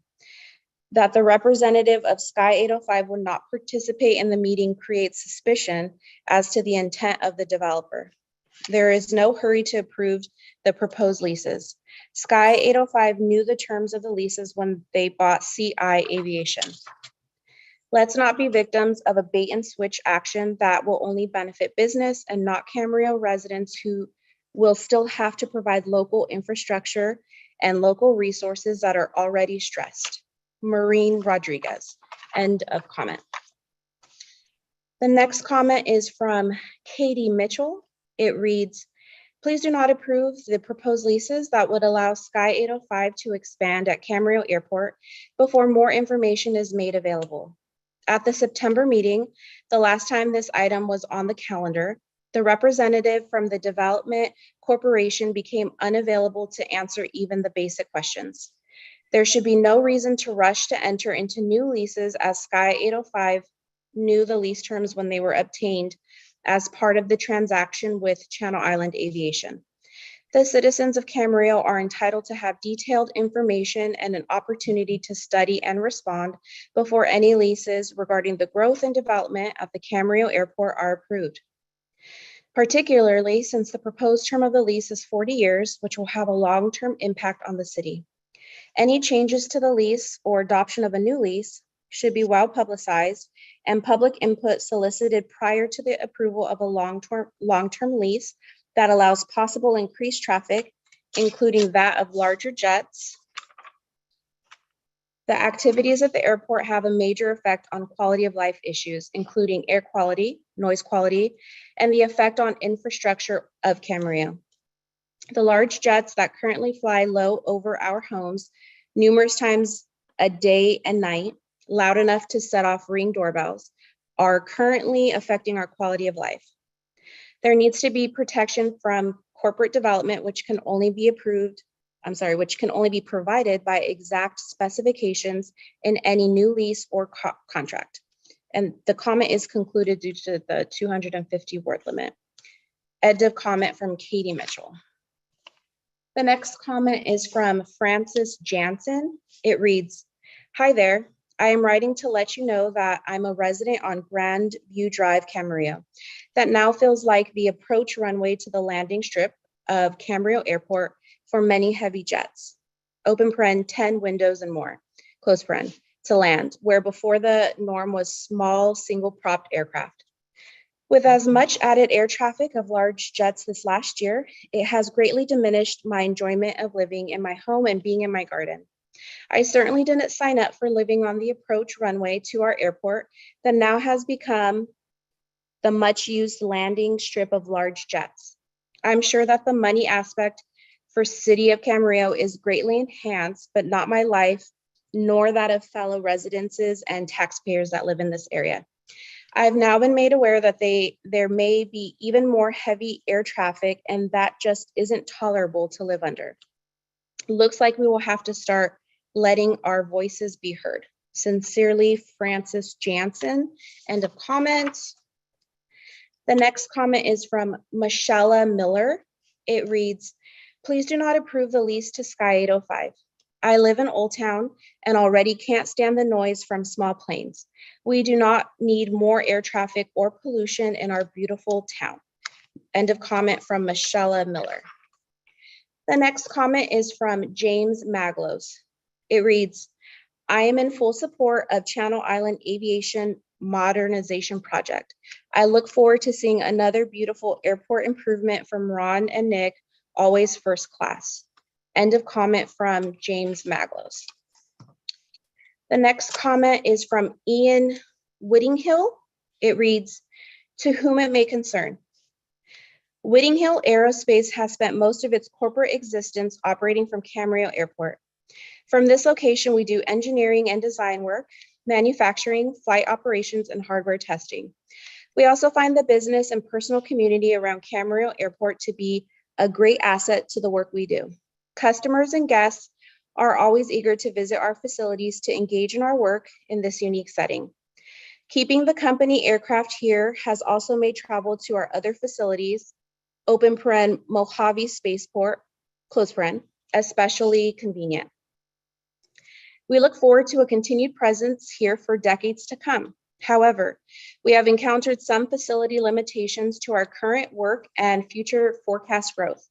Our organic growth over the years has caused us to pick up new spaces around the field as they become available, but they are somewhat scattered. As tenants, we've completed many improvements to modernize these spaces and reach our required functionality. Under their new ownership, Channel Islands Aviation has established a vision for new facility development that will enhance our current work. These improvements offer more square footage, safe facilities, cohesively arranged spaces for our company, electrical and data service improvements, and an elevated quality of maintenance and aesthetics. All these changes benefit our company and make keeping our company here at the airport much more feasible as we continue to grow. I do also want to note that Mr. Martino's long history at Camarillo Airport gives him a sense of the community here that most developers would miss. And this comment is concluded due to the 250 word limit. End of comment from Ian Whittinghill of Whittinghill Aerospace LLC. The next comment is from Veronica Santangelo. It reads, "To Camarillo Airport Authority. Currently, Camarillo is a city with a small town atmosphere. The proposed lease to allow Sky 805 to expand at Camarillo Airport is surely going to be detrimental to the quality of life that makes Camarillo one of the most desirable places to live in the country. Safe, friendly, and community focused. The continued overdevelopment, especially with the doorways opened by this proposal, will bring Camarillo one step closer to a big city with the big city problems that inevitably surround expanded area airports. The increase in noise associated with the air traffic, but the air quality in our own backyards. The neighborhoods that surround Burbank and Van Nuys have deteriorated with each airport expansion. This is not what we want for our beautiful city of Camarillo. With that said, I request that no action be taken tonight on the proposed Sky 805 expansion lease at Camarillo Airport, and allow our city residents more time to be educated and weigh in on the proposal. This is too important to rush into. Respectfully, Veronica Santangelo. End of comment. We also received a written comment from Cindy Dow, but she did provide a verbal comment earlier in the evening. That concludes the written public comments that were received, and we will go ahead and promote for a verbal comment, John G.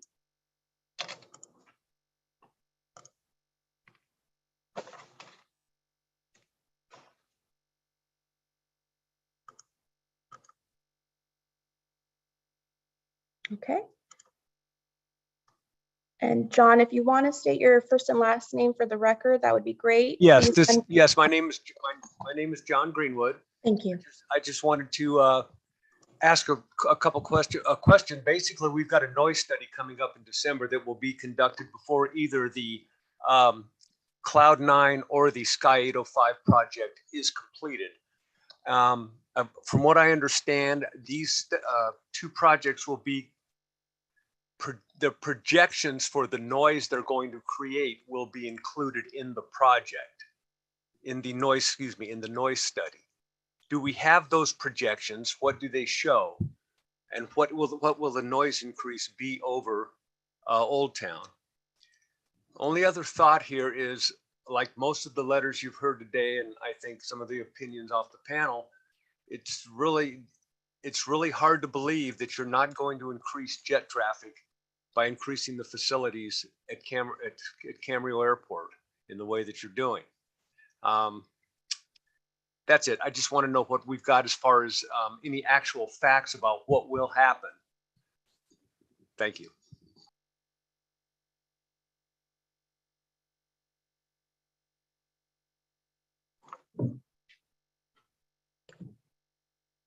And Chair Santangelo, we see no further hands raised at this time. Thank you. That's what I was looking at as well. Okay. So we have had a lot of questions. So I guess I'll move it into discussion and open it up. And I see Mayor Molche's hand up. Go right ahead. Thank you. Some discussion, actually, I do have some questions I wanted to hear from the public first before I ask some of my questions. I have two questions, one for Mr. Martino, and I think I still see you there. I think you made reference to it tonight, and I see it spelled out explicitly in the lease agreement that you guys would be investing approximately $20 million in the redevelopment? Yeah. Yes. Where is that $20 million coming from? Are you guys leveraging it from like financial institutions? Yes. So we have our financial partner is Signature Bank of Chicago. They're based out of Chicago, and they also have some subsidiaries here in California as well. Okay. And so they provide all of our construction funding and permanent funding as well on both projects. I know that I've run many businesses in the past. And I've gone to banks for loans. Mm-hmm. Every time I've done that, I've had to give them a business plan that kind of spells out what I intend to do, how I intend to make money with financial projections. Mm-hmm. I presume you guys had to do the same thing. Yeah, we did. So we had both facilities. Not to get off topic, but Cloud 9 obviously went through a very extensive review as far as its business plan projections. And then it also goes through a business plan appraisal where they look at the industry to see if it can support it. So they're an institutional lender. So they have a lot of, regulatory red tape, I like to refer to, as far as making sure that their checks and balances are met for lending. Channel Islands went through the same thing. There was an extensive review and appraisal as far as the business model. We've also, since we've owned the business now for 6 months, and we reviewed the income statements, did a fairly thorough audit from multiple parties, including our lender. They ultimately determine, whether or not the business can support the redevelopment and, the expenses that come along with it. They have offered their support. I think actually I provided a copy of a letter of that support to the Department of Airports. Again, they're already fully committed as well on Cloud9, and they are very familiar with the aviation space as well as the commercial lending and borrowing. So hopefully that answers your question. It does. To kind of piggyback on some of the line of questioning that Mr. Bear had earlier, about obviously you guys are a business. At the end of the day, you guys ultimately need to make money. You guys make an investment with an anticipation of a return on that investment of some kind. Fair enough, as every business does. I would think that to the concerns and to the questions in regards to how you guys intend to operate and what kind of aircraft and to what level or quantity of aircraft you hope to service, I would assume that your business plan would give some insight into that. I'm wondering if that would be something that you would be willing to share. So our business plan is exactly as it exists today. It has not changed. So that's part of the review and appraisal and audit that we conducted as well as our lender conducted. So we looked at the existing business, the existing tenant base at Camarillo. We looked at the existing assets as well and looked at what was not being served at the existing community, where the airplanes were going for their maintenance, those kinds of things. And ultimately, we all concluded that the existing business, as good as it stands, it just is in need of upgrade and support. Again, we're not trying to change the business plan in any way. We're just trying to modernize the facilities. I understand that, and you guys are agreeing to making a sizable investment, not only into that parcel, but I know like some fuel storage tanks that are owned by the county and some other things. To that end, if you guys don't anticipate really changing the business plan as it stands now, obviously these financial institutions that are willing to give you allow you to leverage $20 million and make this investment. I mean, we're also considering the investment as well, maybe from a different end, a different angle. Should we or could we not also see that business plan in our consideration? Sure. I would caution against making our business plan public to their very competitive airport. But for the most part, again, I don't think it's too big of a secret. It's exactly what we're doing. I don't see that there's a huge issue with that. I don't want to get ahead of ourselves either. Right now we're laying the groundwork for the eventual reconstruction, modernization of Channel Islands. There's still a lot of steps that need to go, that need to happen before we go down this road. This is just laying the groundwork for us to be able to do those things. So when we talk about the viability of our business, I think there's something to be said that this facility, this business has been operating largely the same way for the previous 45 years, 43 years. And so there's something to be said about that. What we want to do is make sure that we do it for the next 45, 50 years. So as far as the business plan, I would definitely invite you to come down to the facility, take a tour, take a look. Our doors are always open. I'm always available. I'm here every day, live in the community, so I'd be happy to make that accommodation. And you can kind of see, what we're experiencing and why the modernization is important. So I'll take from that, yes, you'd be willing to share the business plan. To be fair, maybe sans anything that is explicitly proprietary that might give away some, well, obviously we want to know what you intend to do, but I will share, yeah, absolutely, the description of the business as it exists today, because that's why we purchased it. That's why we're investing into it. Yeah. So I'll take that more explicitly as a yes to my question. Yes. Okay, you're willing to share the business plan. I have a second question for the Director Freitas. I think I am here. Sure. There. Okay, there you are. All Yep. right. I don't have a very big screen, so I can't see everyone at once. I was reading the lease. So I got two different windows open. I'm reading the lease, and I also have the 1976 agreement, the joint powers agreement between the county and the city of Camarillo. let me start with the GPA. The GPA under section F3 explicitly states that the Ventura County Board of Supervisors shall not give formal approval or otherwise act upon any matter brought before it pertaining to development, operation, or any other matter at the Camarillo Airport until it first came to the authority for a recommendation. That would, under any circumstances, I presume, would mean that the proposed redevelopment of these hangars, of these premises, would have to come before the airport authority. We're just talking about a lease tonight.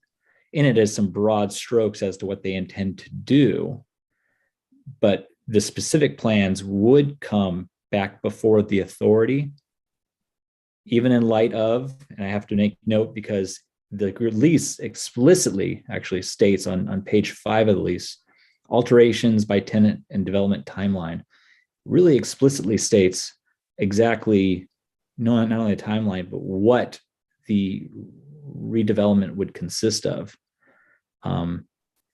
Does that preclude the plans of that redevelopment from coming back before us? Are we in effect, actually, this goes to Mr. Perella's argument that it would be really helpful to have legal representation here, but does that keep any redevelopment plans or proposals from coming back to the authority? Are we, in essence, in approving this lease, approving this explicit redevelopment project? Well, that's what we're asking the authority to do, is allow us to take this to the Board of Supervisors, if I'm answering your question. Take the lease to the Board of Supervisors, but obviously any redevelopment out at the airport would otherwise usually come before the airport authority, and then this is all one and the same. You say an expansion of this facility, this lease, it's all encompassed in that.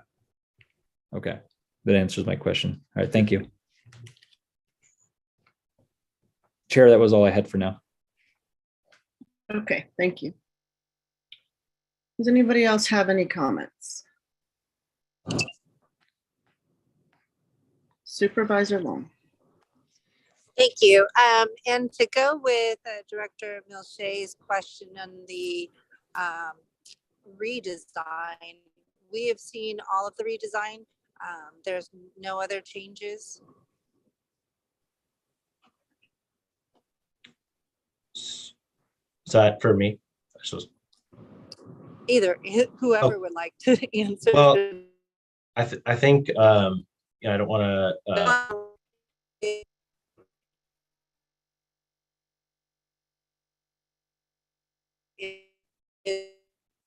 Not that we need to know about in that to prove this. Supervisor Long, we're not really hearing you, kind of going in and out. Oh, sorry about that. I was, can you hear me now? Yeah. Okay. So my question was, have we been provided all the redesign that it would be approved by this lease, which is that $20 million investment? That's what I'm asking. Or is there more to come that we don't know about? So the facility itself has not been designed. This is a site plan that contemplates best use of the proposed lease parcel. The project itself will have to go through a conceptual approval with the Department of Airports in the County of Ventura, as well as other stakeholders, depending on different elements of the project. And then there's also an environmental review that will take into consideration various different design elements, noise, and other factors as part of the California Environmental Quality Act. But those will all come to the authority board as well as the Board of Supervisors eventually. Okay, thank you. I wanted to make sure we knew that. Thank you. Okay, I have a few comments. I'm feeling concerned about one aspect of this. I guess maybe I'm having flashbacks to a couple years ago when the community heard, rumors of expansion, and that kind of got thrown around, and it just turned into a big mess. And as I listened to the community members speak, and I appreciate them calling in, and I appreciate their concerns, I heard them repeatedly use this term of expansion. And I understand that the plans include somewhat of expanding the square footage, but I guess I don't see this as an expansion of the airport in terms of the way I heard it being spoken about. I also don't see any substantial changes here. I'm listening to the presentation, and I'm listening to the plans, and I know this is verbal, and there's nobody's signing in blood, but I'm hearing really sincerely that the idea was to keep the small general aviation supported. And I haven't heard any real substantial changes in what's been happening with Channel Islands and with this hangar space. So I just want to be really clear to the public and the public that's listening that this is not an expansion of the airport. And this is not an expansion of airport services either, in terms of flying in, flying out. I'm also sensitive to the idea that, at any point after redeveloping this and, building these big, beautiful hangars, that they could be used for literally anything, right? And I also am reflecting back to when the RKR hangars lease came up, and there was a discussion about how we couldn't have particular and specific requirements in that lease. And this came back to that not being discriminatory in the leases, that there has to be standard language.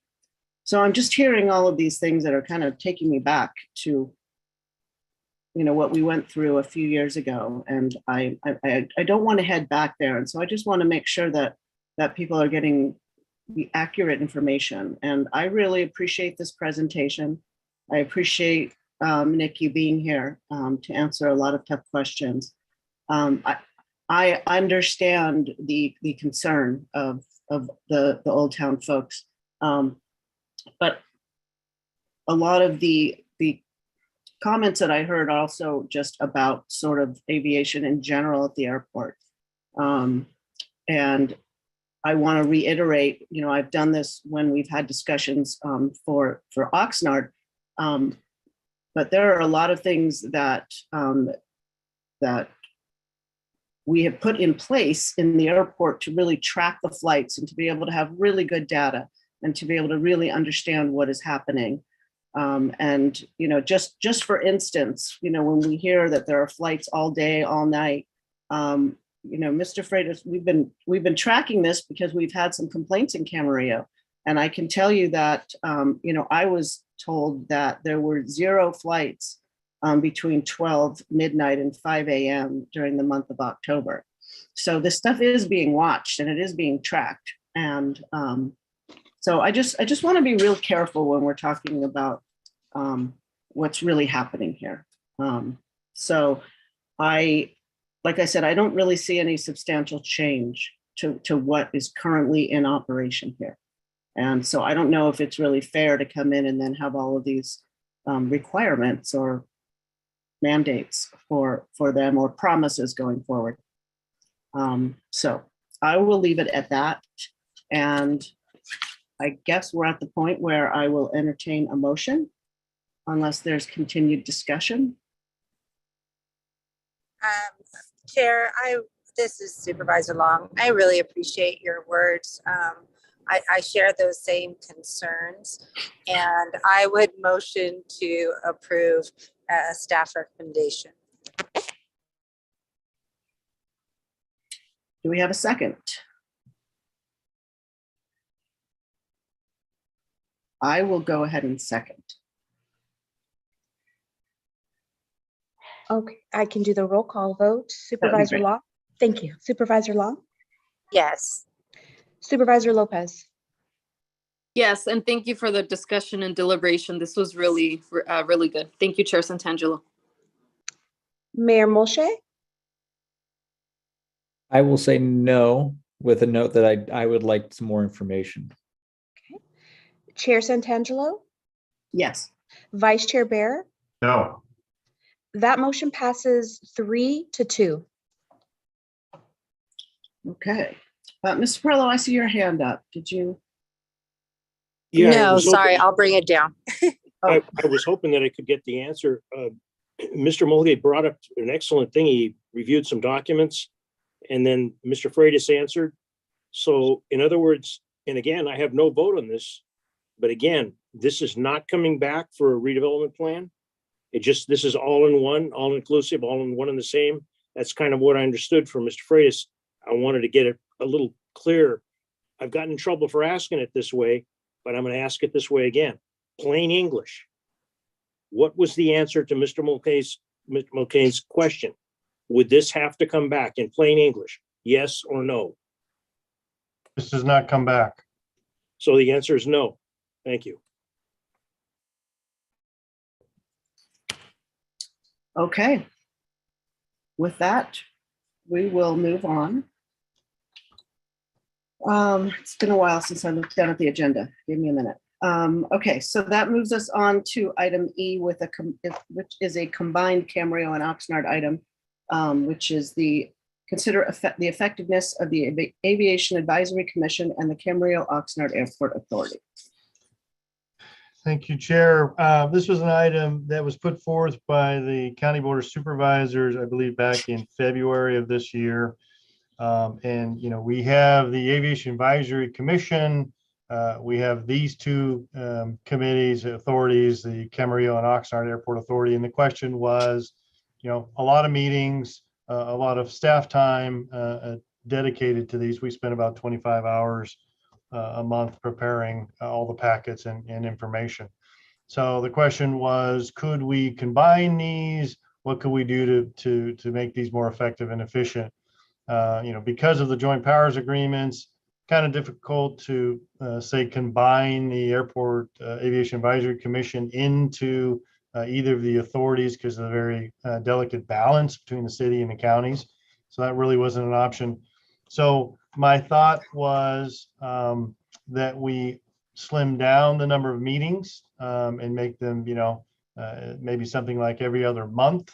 That would take a change of the bylaws. We do still have the ability, as we go through the agenda, if there is an agenda item that maybe we don't have a meeting that month. We typically do that in August and December already. So we're down to 10 meetings. So that was the idea. The Aviation Advisory Commission, we get different folks and input from that. We had that meeting on Monday of this week, and the community members really wanted to have as many meetings as possible. They liked meeting, 10 times a year. So that was kind of their input, but my idea was maybe that we slim those down. And the point that I also want to add in, and it's actually on the next agenda item, which will go, Aaron from our office will go into detail, is coming in the next year and a half, we've got 3 very public processes. The Part 150 noise mitigation study for both Camarillo and Oxnard, those will be run separately. And then we have, as we've talked about many times, we've changed from an airport master plan in Camarillo to an airport layout plan. All of those have public meetings, all told about 9 total. So that's including, and separate from, these meetings we have. So my recommendation is that maybe we make a change to the bylaws and meet every other month, or we just kind of move along if there is an agenda item for a particular month, and we just cancel the meeting. But a more formalized process would be the bylaw changes to every other month. And so I'm open to input and thoughts from these 2 authorities. Okay, we'll start with questions. Mayor Molche, I saw your hand first. Thank you.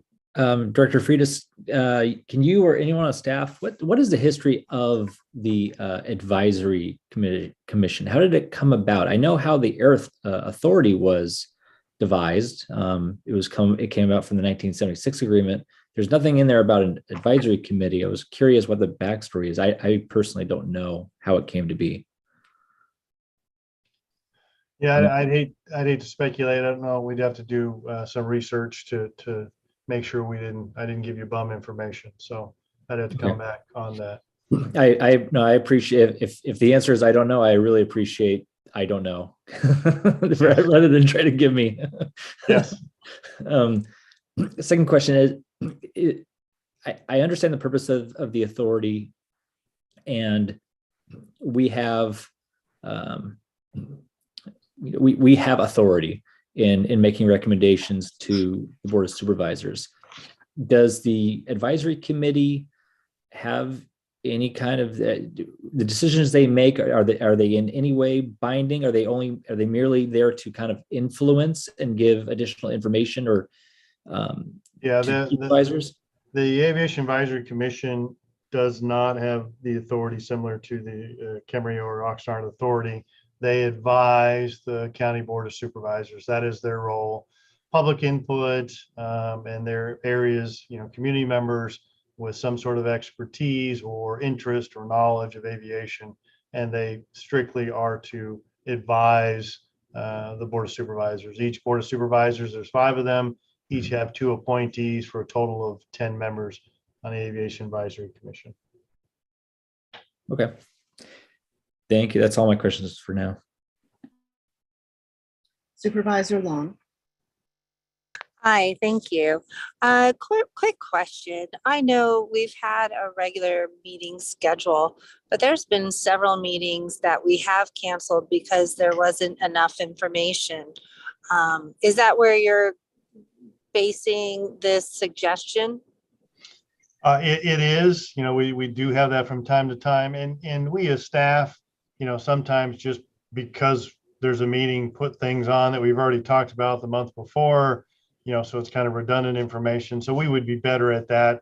If it's new items, new information, we'd be more, cognizant of not just meeting for meeting's sake. That would be the idea. Yeah. Okay. And if it was every other month, the commission would still meet and then the advisory would meet. That's the suggestion.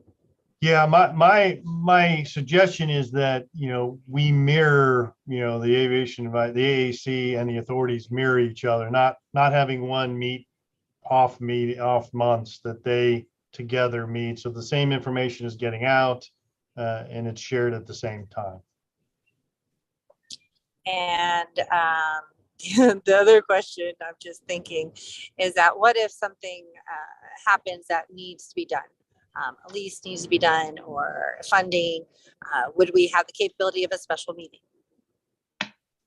Yeah, I mean, all the bylaws as they currently exist do allow even special meetings, even meeting every month. So that would remain, that doesn't change. And I would recommend we keep that for exactly what you talk about. There are some times that things just pop up and we would need a meeting to happen.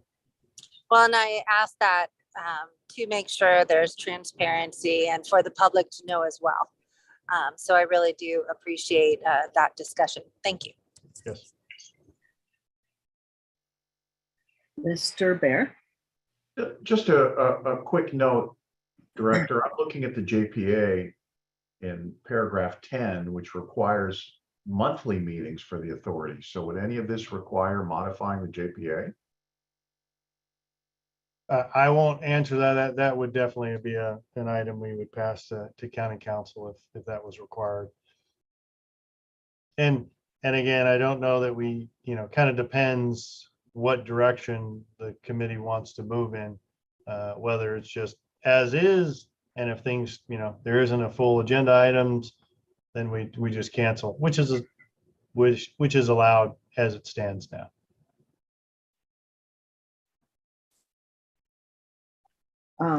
Mayor Molche. Well, Scott kind of beat me to half that because I was going to ask a very similar question. I was also looking at paragraph 10, and the JPA does explicitly state that the airport authority is to meet monthly. The other one I was looking at was paragraph 8, and that says from the time it is introduced, if 60 days go by and the authority doesn't give explicit direction or action on an item, it pretty much can go directly to, as I read it, can just go directly to the Board of Supervisors. There's an expiration on items that we have authority over. So yeah, I think that paragraph is pretty clear, is it's got to get to the authority. It can't be held up, because we didn't meet, you didn't get to see it. It has to get to the authority, and then that's when the clock starts. They've been sitting on it for 60 days. Yeah, and just knowing that the authority right now, I know we usually go dark in August, and I think we go dark in December. Correct. There are times where more than 60 days will elapse. I'm concerned about the certain aspects of our authority will kind of go moot. It will be,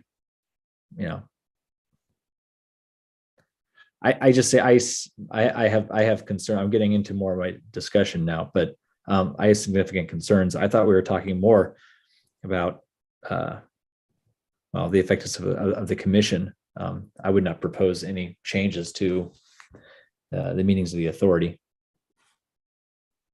That's all I got. Okay, are there any other questions, comments? Mr. Perrella. Thank you. I agree. I first got on this. I'm not a pilot. I was appointed by my council to be a representative and assist with Mayor Flynn at the time.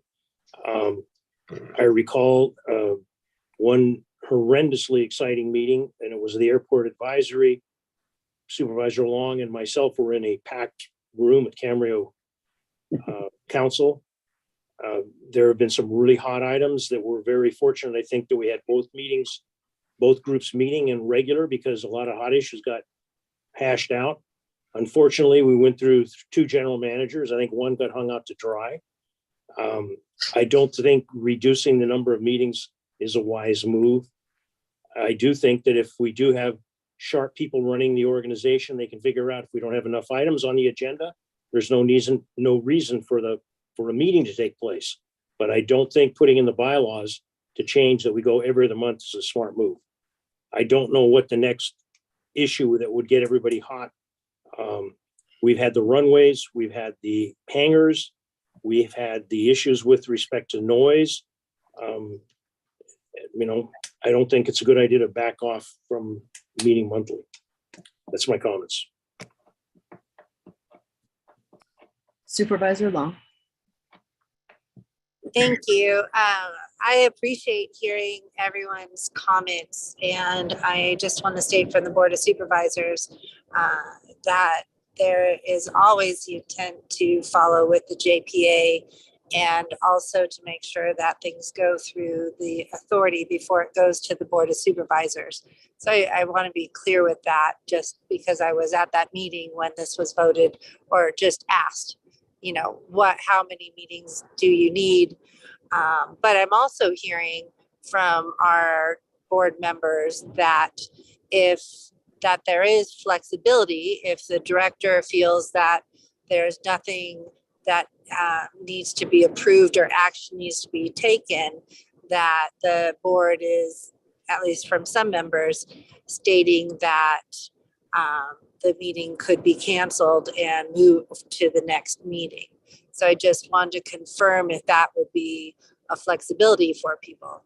I think that that's where this question was coming from, was staff time and having a meeting just to have a meeting, or to make sure that it was purposeful for both the board members, the public, and also the staff. So if anyone wants to comment on that, I would like to hear from our board members what their feelings are. Thank you.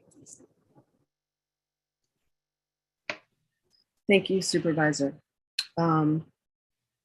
Okay. Hands coming up. Mayor Moshe.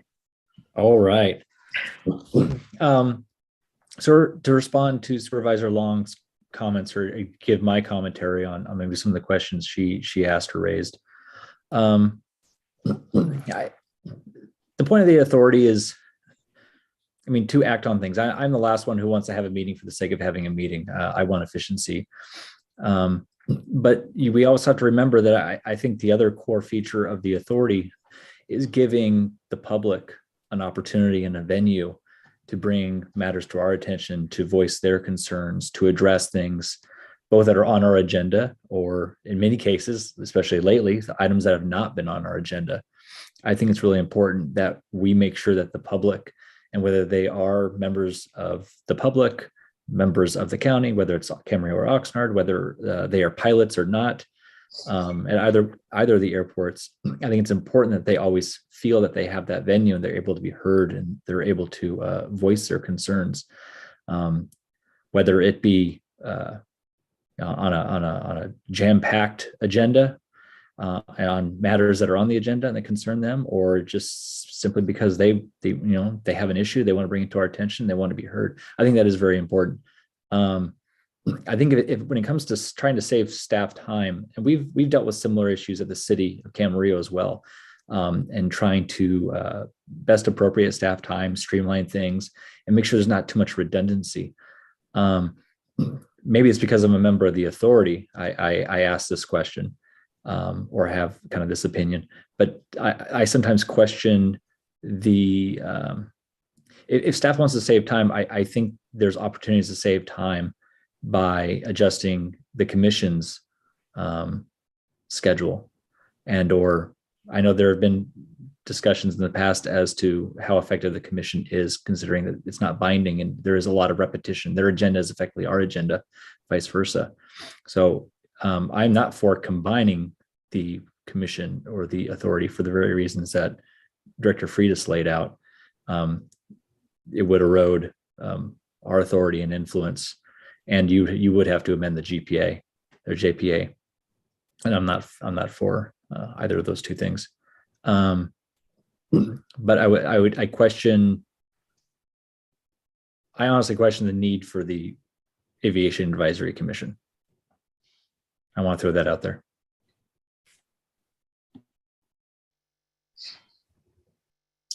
Mr. Perallo, you're up. I appreciate the comment from Mr. Millay. I don't have an opinion on the advisory commission. I don't know that, but I do know this. When we don't have county council at these meetings, we put this executive officer, as we did with the previous executive officer, in a rather precarious position of having to answer questions having to do with legality, or saying, I don't know, and then come back to another meeting. And this has come to light recently, more than it was in my first time this rodeo. There always was a council there. And sometimes the council will go, I don't know, I got to look it up. But at least there was somebody there that we didn't hang the executive officer, make him walk the plank, give us an answer because we want an answer right now. And he's not an attorney. He's not the guy that's going to have the thing. And then there could be repercussions against the executive officer because he didn't give us the answer, the right one, because council wasn't there. That is one thing that I think needs to be straightened out. If we're going to change bylaws, about meetings, we should make the meetings as efficient as possible, but with the accurate staff there, especially if we know that there's potentials coming up where questions of legality are going to come up. I can't imagine that tonight there wouldn't be somebody at the staff, whether the airport authority staff or county council or the CEO's office, that wouldn't know. Somebody would ask a question. I'm not the only person asking these kinds of questions. Those are my opinions. Thank you. Dr. Fussell. I just want to ask a question and raise a point. I don't have the JPA in front of me, but it's my understanding from listening is that the airport authority is appointed at least by the JPA, acquired by the JPA and the Board of Supervisors.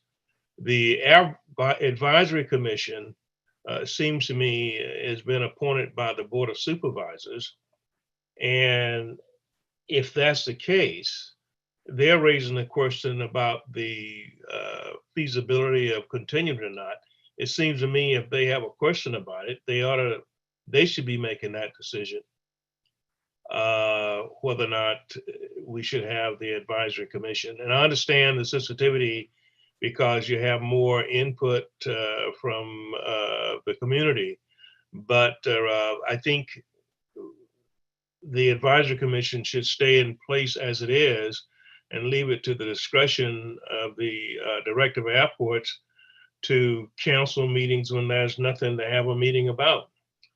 The idea of us passing on the Advisory Commission, that should be left, in my mind, to the Board of Supervisors. If they don't think it's necessary, they should cancel it.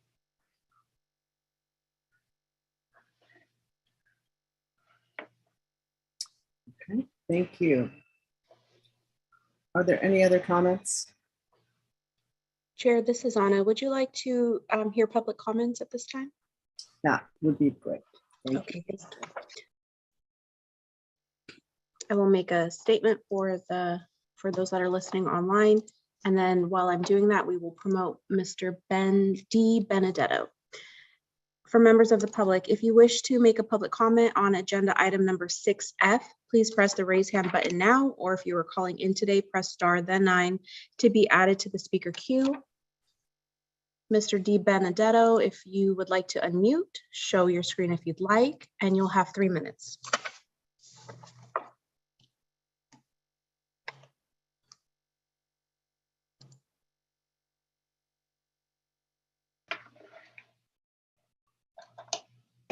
And you're still muted. Okay. If you're on a computer, you can hit the space bar. That should unmute you.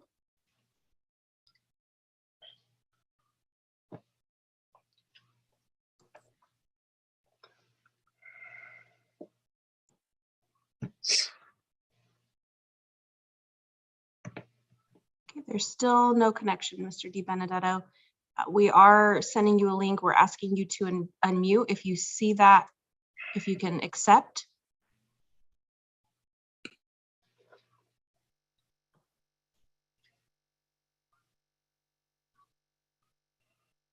Chair, he continues to have no audio. Okay. Is that the only public comment we have? Yes, for this item. Well, we'll continue unless he's able to connect. Okay, do we have any other comments from authority members? So I guess what I'm hearing is that we don't want to rewrite the bylaws. We don't want to rewrite the JPA. I'm here. Oh, there he is. Great. I'm sorry. For some reason, I lost the feed and I couldn't find you guys, but here you are. Yeah, okay, you got my clock up. Can I go?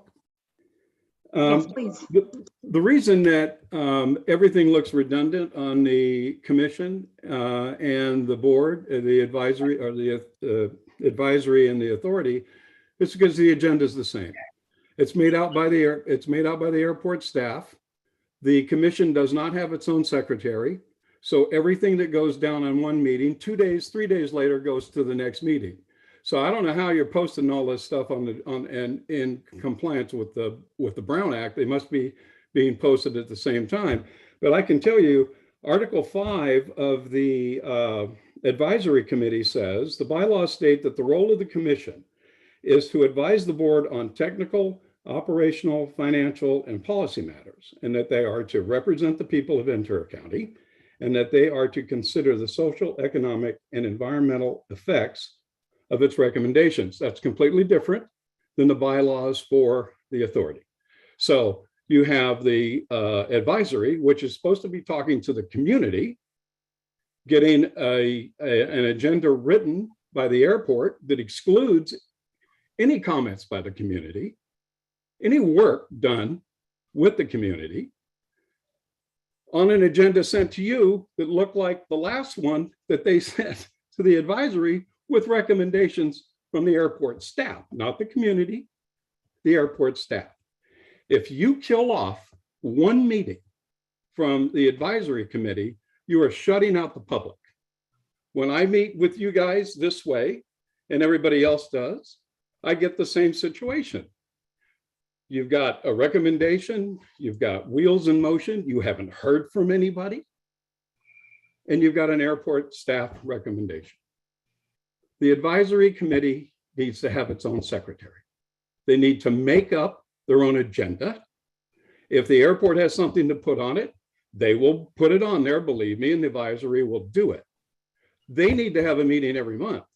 If they can't get enough resolve to create an agenda for you, the authority, to make a recommendation to the Board of Supervisors, so be it. Then don't have your meeting, but don't take ours. This is our only voice. That's all we have. We get a Brown Act that says you get an agenda. We look at that agenda. You can't get an item on the agenda. I can't get an item on the agenda on the advisory committee, but their bylaws specifically say we should be involved. I tried to get an item on the agenda. I sent it to the director. It didn't go on. No explanation.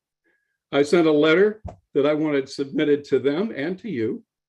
He sent links from a study that were in the letter. You didn't get the context of the letter where I asked that both commission and authority look at this stuff and consider it on their agenda. You want to take my voice? Then cancel my meeting. Okay. I'm done. Thank you for that. All right. So I think where I was that we did not want to rewrite the GPA or the JPA or the bylaws. And so perhaps the easiest solution is that staff is just a little bit more, not a little bit more, let me rephrase that, but staff just keeps an eye on the agendas. And if there is not anything, that we shouldn't have a meeting just to have a meeting. I don't know. Yep. Is that, I'm trying to accurately reflect a summary of the comments and what we heard. Does that sound about correct?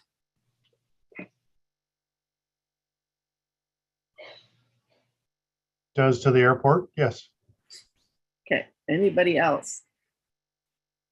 Do we need a motion for this, or we're not really? Not required. We were looking for input and your perspective. Ms. Prella. Mr. Mulchay said, Mr. Mulchay, correct me if I'm wrong, that you thought possibly the airport advisory could be done away with. And if I am wrong, please correct me. But then I heard the public comment from Mr. Benedetto that that's the only opportunity that they have to get a voice, but they can't get items on the agenda. Do we want to address that? Because I think if Mr. Benedetto was right, that goes right at effectiveness. That's what I have to say, Chair. Thank you. Okay, so I guess I have a question. If there was going to be a change made to the advisory committee, who does that? That would typically be through the county side, because as previously mentioned, it is a county body. So, we would include our elected officials, the airport, and obviously the commission itself, if there needs to be a change of. And I will mention, we are secretary to both the two airport authorities and to the commission. And I'm sorry, members of the public might not get items that they prefer, but we take that information. We don't set we recommend a list of items for an agenda, and then it's the chair that in Santangelo, Chair Santangelo, you can confirm this. We meet with those chairs and say, what items do you want on or off? That is not the airport dictating what is on those items. We make a recommendation and then the chairs approve, add, adjust, delete. It is their decision. Mr. Moshe. I was going to ask, thank you, Mr. Freitas, for that clarification. And he's right. Yeah, we have as authority members, we have recommended items be placed on the agenda in the past, and county airport staff have complied with that. And so when we request for explicit things to be on our agenda so we can discuss them, they do that. To answer Mr. Perillo's question, yes, I did. That's what I was questioning. What is the advisory commission necessary? Technically, the public has a voice here. They clearly, as they already have throughout this meeting, they demonstrate that through public comment. We and or staff have the ability to follow up and place things on the agenda if we feel the need. Where else was it going with that? I think that's pretty much it. I just lost my train of thought. Circle back. It's the story of my life. Yeah. Mr. Perillo, another comment or? Yeah, Mr. Freitas, you meet with the chair of the Airport Advisory Commission also to set the agenda? Yes, sir. Thank you. Okay. Sean, did you find it? It just came back to me. The last one I wanted to add, Dr. Fuzzle has suggested that the use or the existence of the advisory commission should be a decision left to the county board of supervisors. And I absolutely agree with that. That is their decision to make. I don't think that falls into the purview of the authority. So that should absolutely be their decision. I question it, but it's not my and or our authority to make that recommendation, I don't think. Okay, and Dr. Fussell. This is sort of a segue, but it's kind of involved here too. Councilman Perillo keeps bringing it up and I don't say anything, but I'm in 1,000% agreement with him. I don't see why in the hell we can't have an attorney at all of these meetings, because we don't know when something illegal is going to come up and we need their opinion.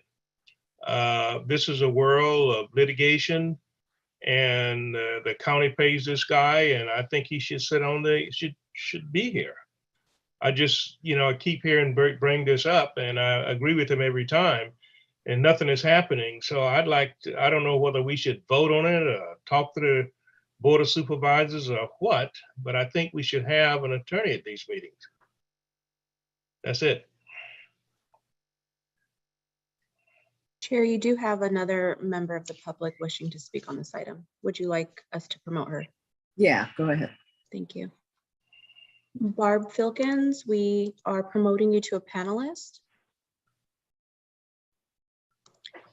If you can unmute, share your screen if you'd like, and you'll have 3 minutes once you begin.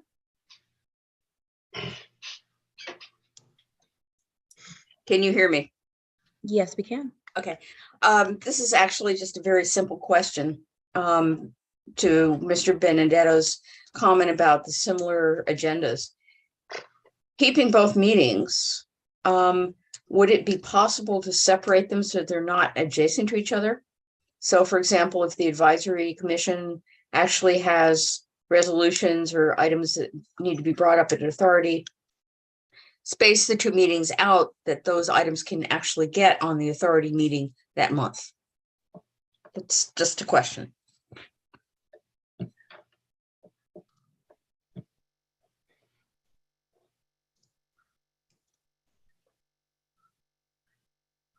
Okay. Mr. Freitas, help me here with what you need. You have enough input? I think we have what we need. Yes, I would say, Chair. Thank you. Okay, unless there's any more discussion, we will move on to the next item. Next Yes, item. can we address the lady's question? This is Perello. I'd like to know, can we address the lady's question or we need to bring that back? If The public if you- speaker. Yes, if you're asking the question of staff, the answer is we have enough space that we get the items on both. So I think there was some confusion by public member that we don't do that. We do that. The agendas mirror each other. Okay, if something is voted on, taken action, and they want it to go to the airport authority, is there enough time to get it on the airport authority's agenda? Oh, I'm sorry. If you're asking well, again. That is what my understanding was of Yeah, Mr. you can't- Benedetto's question. Well, And you then, can't this- have, well, yeah, I mean, I'm just going to Brown Act, right? It has to be agendized to take an action.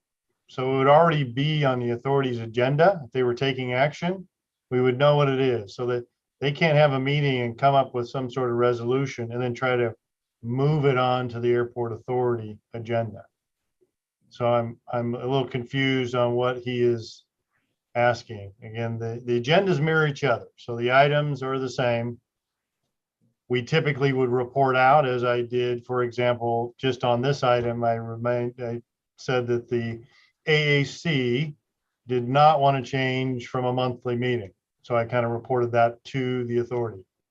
So that's kind of how it transitions in from one committee to the other via input. Okay, thank you. Thank you.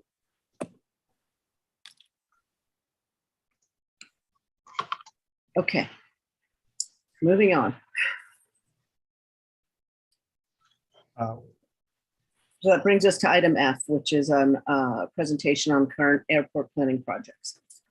So before, we do have Aaron from our staff who is going to give an update on the, as I mentioned, the two Part 150 noise mitigation studies for each airport, and the ALP airport layout plan update.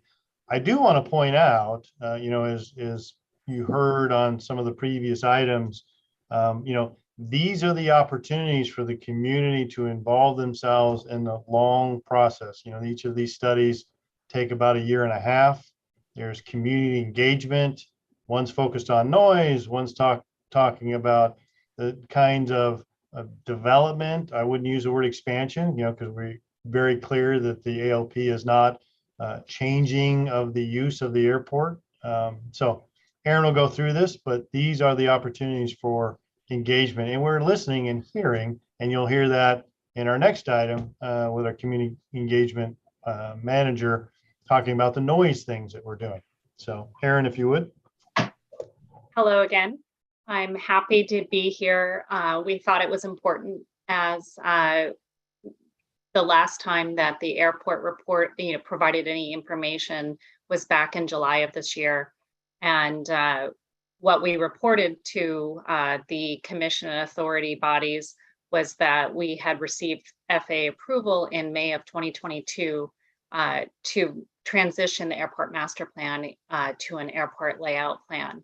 And then approximately a month later, in continuing conversations with the FAA about possible grant funding, they let it be known that funding may be available for a noise study for Camarillo Airport, as we had been working towards a noise study at that time for Oxnard Airport as well.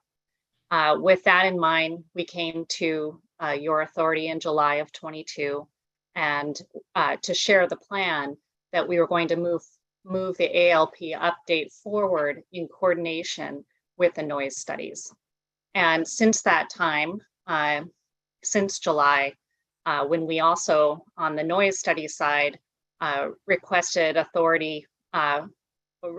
your recommendation to the Board of Supervisors, the authority to accept federal grants for each noise study, and to also apply for matching Caltrans grants, and as well as being able to negotiate and enter into a contract with Kaufman, the consultant, once the grants were received. So what we gained your support. We were able to get the Board of Supervisors to support us in that effort as well. In August, we were offered a federal grant. We turned around, submitted applications for matching Caltrans grants. We also were able to execute a matching grant for Camarillo and Oxnard airports. In September, after having the grants in place, we finalized the contract with a consultant and entered into those contracts that we had brought before your authority in July. And then in early October, we issued the notice to proceed for the noise studies. And so since that time, we've been working with the consultant to coordinate how we're going to move forward with three rather comprehensive planning studies concurrently. And so if we can go to the next slide. We thought it was important as an interim step to provide both your authority and the public the opportunity to see how we're trying to map this out. And so this is a very high level overview. We are working, we will be providing this. We're getting it translated into Spanish, and we will have this and be able to post this on our website and social media once we have that translation complete. But I did want to sort of just run briefly through how we have this set up. So we have three different planning projects. The top project shows the timeline, and you can see for all three projects, you have the timeline for the overall planning project across the top. On the left-hand side, you have the key elements of the studies in a list format, along with the process or the timeline and how they kind of flow in the bar graph. And then you also have on the very bottom of each study, you have something called phase. And typically these planning studies have three phases. And I'm oversimplifying, but this is really just to allow everyone to get a really, as I said, high level overview of the process. And so I'm going to jump to the next slide for a moment. And that phasing is basically includes a pre-work phase, a study phase, and a documentation phase. And in the pre-work phase for each one of these studies, this is where the airport staff is collecting airport and noise information for initial material development. So the FAA has certain criteria. This is all a very prescribed process for both these studies, including airport inventory of facilities and other types of data. And so we're starting to collect that information for that initial material development. We're coordinating the timelines. I already talked about how we have this overview to see how we could get these three studies working concurrently. And then we are, in the next couple months, we'll be refining that to provide more detail. In the study phase, this is actually the part where those public information meetings come. This is where we share that collected data that was put into the materials, and we share that information. We'll be able, with the public, to be evaluating. We'll be able to share the evaluation of alternatives and select a recommended plan. And then we will also, during this phase, have those public coordination meetings, which also includes public information workshops and PAC meetings, where we'll have, this information will be advising and be an opportunity for the public to weigh in on many levels. And then when you move to the documentation phase, this is where you've taken that study material, you've taken the feedback from the community, and then you're preparing your draft documents. And you prepare your draft documents, and there'll be another round of public coordination meetings an opportunity for local, but also FAA review and comment. And you'll be then incorporating and coordinating any changes to those documents and hopefully submitting final documents. You know, Keith mentioned this is about a 1.5-year process. Usually an airport takes on one of these at a time, and we're attempting to kickstart 3. But we really did feel like there was a need, as I mentioned in the first slide, when we actually kicked off the master plan meeting, one of the biggest components that we heard from the community during that process was about noise. And so we thought it was important to go ahead and bring that forth as an opportunity to be able to listen to the concerns, to share the information on how the FAA perceives noise, and be able to work on what a mitigation plan might be and what tools are available to us and what tools are not. And if we could go back to the second slide for a moment, you know, the one difference that I want to, I said I oversimplified the phasing, and that is a bit true. I just wanted to point out that for the airport layout plan, we do have, we have one pre-work phase, we have one study phase, and we have one documentation phase. So it's a pretty linear path. But when you look at the two, when you look at the pathway for the 2 noise studies, you'll see that we still have one pre-work phase for each study, but then we have, you know, we have 2 study phases and 2 documentation phases. And part of this is because you have, your noise studies actually have what they call 2 books. You have a book that is focused, and you can kind of see in the list format, a book that's focused on the NEMs, or that's called the noise exposure maps. And then you have a book focused on the noise compatibility plan, or the NCP.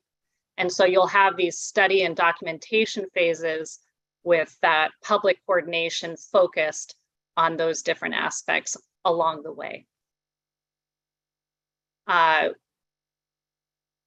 This is a high-level overview. We're actually working to refine the schedule.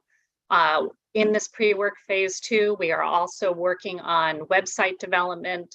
We're pretty eager to be able to make sure that your authority, the commission, the board of supervisors, and the public understand that we are working on this, and we want the public to be able to see what we're working on. So by identifying sort of these different phasing, we're trying to make sure that that information is out there. And we hope that as we move forward in the next couple months, we'll have more information to share. And we are already anticipating and scheduling with our consultants for them to come back in the January meetings to be able to do a much more detailed discussion of what the process for these plans entail. So, and chairs, I want to wrap this up. I know Aaron has touched on these, but I want to stress 2 things. Is we are hearing the community. You've heard some of the community members feeling like they haven't been heard. Well, these are investments in our community. We understand that jet traffic is a concern at Camarillo. And we understand that touch and go training operations is a concern at Oxnard. And these processes, these programs will help us identify what the issues are and what we can do, as Aaron mentioned, to be better neighbors. So I just want to end with that.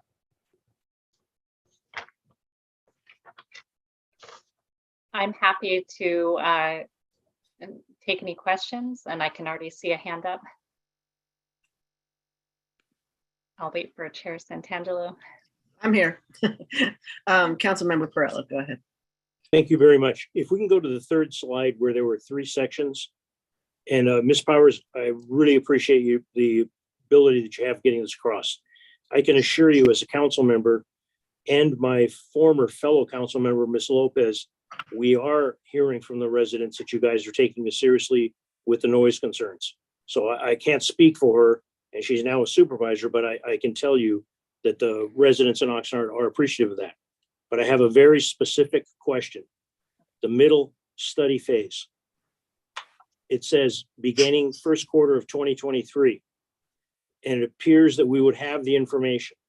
But an earlier question of an earlier item on the agenda, someone had asked if there was already the information about the Cloud9 plane hangars and how much noise they were going to make.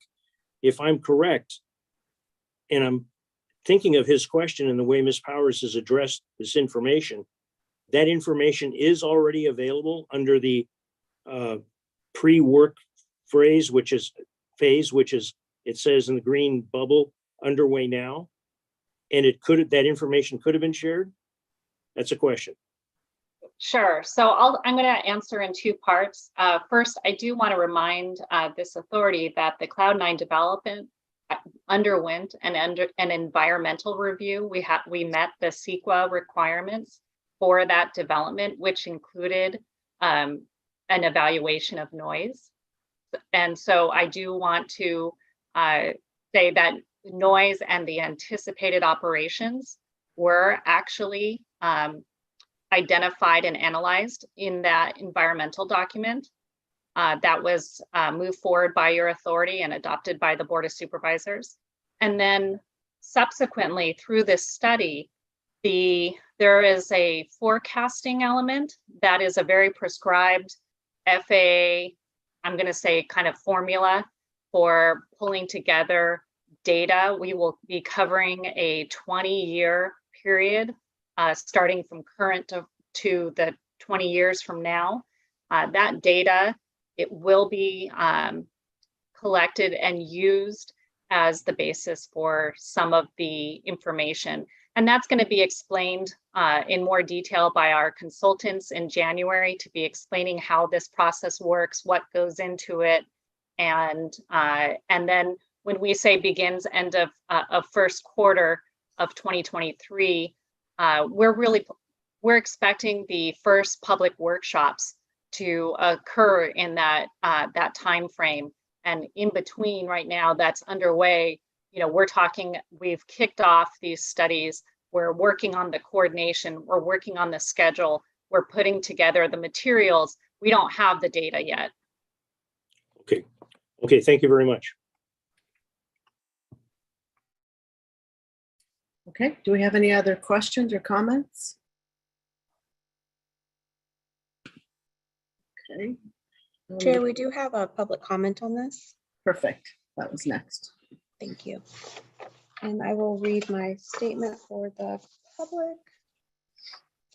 If you wish to make a public comment on agenda item number 6F, please press the raise hand button now, or if you're calling in today, press star then 9 to be added to the speaker queue. We did receive one written public comment. It's from Joni Conterno, and it reads, in regard to the upcoming Part 150 noise study for Oxnard Airport, how is the Part 150 study that was completed in 1998 and accepted by the FAA showing no overflights of residential areas being ignored? This study was buried until just this year when finally provided to the heads of neighborhood councils. Info from the 1998 Part 150 noise study is referenced in real estate disclosure for homes purchased in Oxnard Shores. These NHDs assured homebuyers that the decibel levels in communities surrounding the Oxnard Airport would not exceed 65 decibels. That is because all training flights turned before the Edison Canal. It seems to me that implementing a second study when the first one was ignored is not good management. But since the second study is moving forward and the community is highly impacted, we need to move community involvement from month 19, where it is currently positioned, to month 1, where it belongs. Additionally, I request that the highly impacted community of Oxnard Shores not be left out as they have in the past. Thank you, Joni Conterno. End of comment. And Chair, we're not seeing any raised hands at this time. Okay. All right, well, thank you for that comment. I don't see any other hands up. So if there is no more discussion, we don't need action on this. It's just, Just to receive and file, Madam Chair. okay then. Thank you very much. And we will move on. And that brings us to item G, which is a staff update regarding the fly-friendly VC and noise management system. And Chair, just again pointing out, listening to our community, noise is a big issue for us. So we have our new communications and engagement manager / PIO, Jeanette, here to kind of give an update on the various programs. Good evening to all of you. I'm happy to be here, and I know that I've connected with most of you, either online or via email or on the phone. So again, I'm glad to be here. So if we could change slides, please, and we can go to the next one, actually. So I'm here to present on kind of our efforts and what we're doing with fly-friendly VC in particular and noise mitigation. So what is fly-friendly VC? Fly-friendly VC is a national program implemented locally by the Ventura County Department of Airports and focuses on two key goals: addressing noise-related concerns from the community and connecting with and nurturing community relationships with improved communication efforts, specifically with regard to noise. So how does it work? I'll go into more detail about this shortly, but the main components of fly-friendly VC are education and training, enhanced and ongoing communication from DOA staff to pilots, flight schools, and the community, and established expectations which go hand in hand with the educational component and are also tied to the final component, which is accountability. The program was launched on September 13th with an informational workshop inside the terminal at Oxnard Airport, during which educational materials and discussions regarding expectations related to the implementation of the program were provided to those in attendance. DOA staff was able to identify 36 flight schools that are users of Oxnard and Camarillo Airport. And so all of those flight schools were invited to the launch, as well as local independent pilots. Next slide, please. So since September 13th launch, the implementation of fly-friendly VC has included continued distribution of the pilot guides for Oxnard and Camarillo, which you see pictured here on the left. The guides serve as a primary educational component of the program and provide alternate flight patterns for pilots and flight schools utilizing Oxnard and Camarillo. The flight patterns are designed to minimize residential overflights and balance air traffic so that no single community is inundated. That balance includes more right turn traffic, and when left turn traffic is in place, an extension at least 1/2 mile beyond the shoreline before a turn. That's in Oxnard in particular. The distribution of materials has been through targeted mailings to all 36 flight schools previously mentioned, and ongoing communication with those flight schools, which includes trainings for those who did not attend the September 13th event. Those trainings are currently in the works and will be completed in the coming weeks. Another aspect of the implementation is ongoing communication and engagement with the community. This is very critical to us. We take this very seriously. We've received positive feedback from our neighbors in Oxnard, indicating that they are noticing more right turn traffic and often quieter days. But we are also receiving feedback on the days of heavier traffic, and also, related to jet traffic, increased jet traffic in Camarillo, and are learning, figuring out ways that we can improve the program. And so an example of some of the feedback we've received are suggested changes to the pilot guides, with requests to add red markings over the residential areas on both guides to make it clear that those are noise sensitive areas, and to also define for the Oxnard pilot guide in particular what well past the shoreline means. The original version of the pilot guides use the verbiage "fly well past the shoreline," and the community asked us to make that clearer. We spoke to local flight schools as well as the tower manager in Oxnard, and everyone came to the agreement that the verbiage should be changed to read "fly at least 1 mile 1/2 mile past the shoreline. So that change was implemented on the pilot guides and have been reprinted and redistributed. So that's just one example of our commitment to making this work for both the community and pilots and flight schools. We know, however, again, that there's more work to be done on our end. Next slide, please. This is an example of additional educational material that we are distributing to show that what we are asking pilots not to do, which is not engage in multiple touch and go loops and to not extend turns and traffic directly over residential areas. I'll talk more in just a minute about multiple loops and what we're doing to try to address that a little bit more. Next slide, please. So what are we seeing so far? So these images here are of Oxnard air traffic in particular. The image on the left is of Saturday, September 10th and Sunday, September 11th, from 8 a.m. on the 10th to 8 p.m. on the 11th. This is the weekend before the launch of Fly Friendly VC. And so you can see a huge amount of left turn traffic, quite a bit less of right turn traffic, and a ton of traffic over the coastal communities in Oxnard Shores and Channel Islands area. On the right, you see Saturday, October 29th through Sunday, October 30th, the same time frame, 8 a.m. on the 29th to 8 p.m. on the 30th. So less than 2 months into the program launch, and a significant amount of right turn traffic, far less traffic over the coastal communities and the shores in particular, and just a significant improvement. But again, I'll reiterate that we know that there's more work that we need to do. We're pressing hard on the educational component right now, and we're in regular communication with the team in the tower to ensure that Fly Friendly VC flight patterns are being followed whenever possible. And also to better understand certain days when we are seeing heavier traffic over the residential communities and what we can do to address and improve that. Sometimes it's a matter of safety, simply because of the number of planes in the pattern or because of incoming or outgoing traffic from Camarillo. And as I've mentioned, we're working with the tower team, and all are on board with Fly Friendly VC. And in Oxnard in particular, for example, they cannot limit the touch and go activity, but they can make a suggestion to a pilot to minimize the number of loops they are doing, especially when there is more traffic in the pattern at a particular time. So it's for sure a collaborative effort, and we're working to see additional improvements. Next slide, please.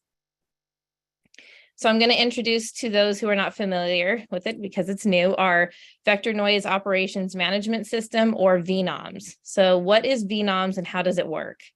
VNOMS is operated by Vector Airport System and is designed to improve the management of Fly Friendly VC by allowing Department of Airport staff to track flights in real time, in addition to finding details on past flights, including altitude, flight paths, and information related to aircraft operators.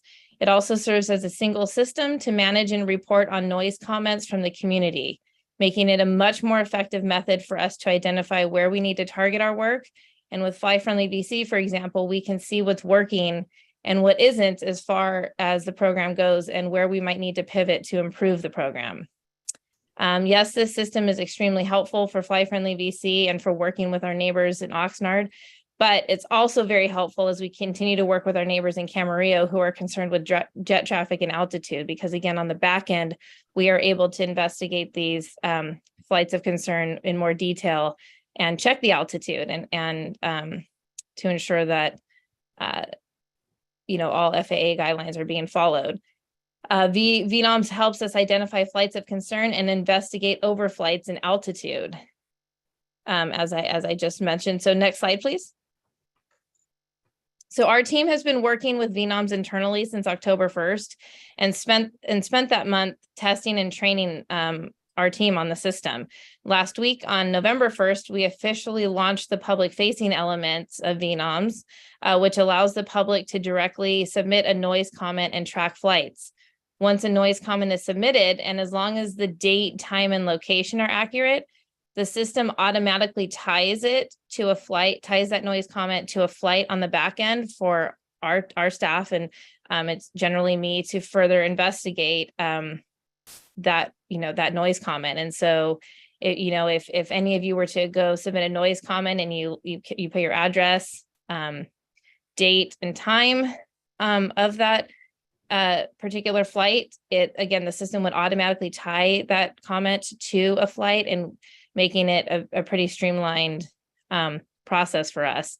And I want to make mention on here, one of the pieces of feedback that we've received for VNOMs is that the noise comments require a first and last name. The information that's required has an asterisk on the noise comment. And so, and you can see that here in the images, that there's on the bottom, you can see where the noise comment form, and I'm not sure how clear it is, but it does ask for a first and last name. It is perfectly all right to type in anonymous in the first and last name section if you prefer to remain anonymous. Really, the date and location and time are the most critical components of the noise comment. So again, having the noise comment submission and reporting system in a single place is critical to the efficiency and effectiveness of our noise mitigation efforts. The previous process included DOA staff, which is generally our ops team, and then now me, manually inputting all noise comments that were submitted to our website into a separate reporting system, which obviously is not effective or efficient. And so now this VNOMs eliminates that process and provides zero room for error when we're reporting on noise comments. Next slide, please. So what are the next steps? Where do we go from here?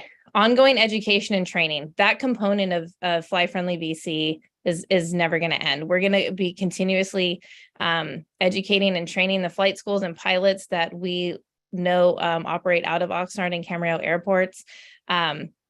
There's pretty significant turnover in the flight schools from what we've learned in communicating with the different flight schools. And so that component of this program will never end.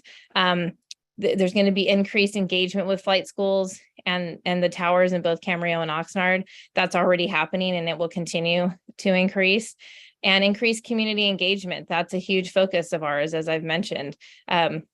You're all aware of the Part 150 noise studies for both Camarillo and Oxnard. And then in a few months, once the initial educational component of Fly Friendly BC has been completed, and that means that we've had the opportunity to speak to all of the flight schools that we've identified that operate out of Camarillo and Oxnard. There's going to be an accountability phase where if we start noticing some egregious behavior by some of the flights, we're going to be contacting these flight schools and just having a conversation about, hey, what do you need from us to make sure that this is happening, so we can be the best possible neighbors that we can be. And then you'll notice, I didn't mention this earlier, but at the bottom of this slide, there's our new branding for the program. That we feel as simple as branding can seem, it's important to make sure that we have identification to the program, just so that it's always at the forefront of folks' minds and easily recognizable. So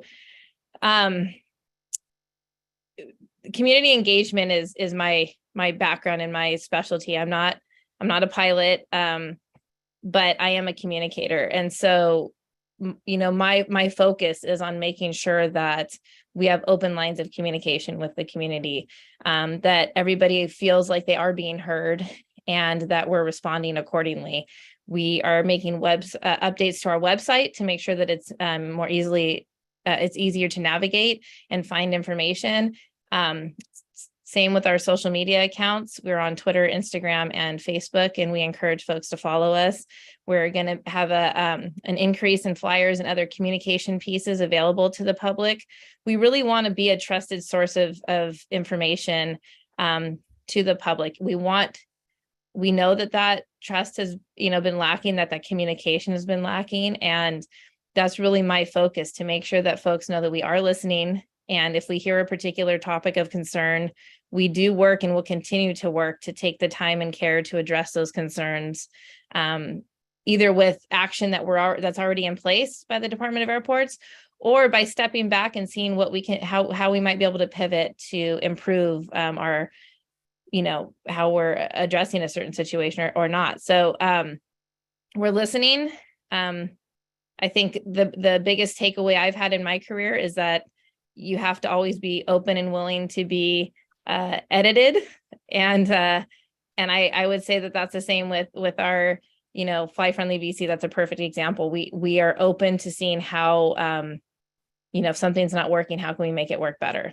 So thank you all. Thank you so much, Jeanette. Appreciate the presentation. Okay, questions, Mr. Bear. I just wanted to thank Jeanette as well. I thought that was a terrific presentation and really drove home how hard the Department of Airports is working to try to mitigate the noise issues at our airports. And I know in looking at the attendee list, which is dwindling as time has gone on, that many of the advocates from Oxnard are no longer with us this evening.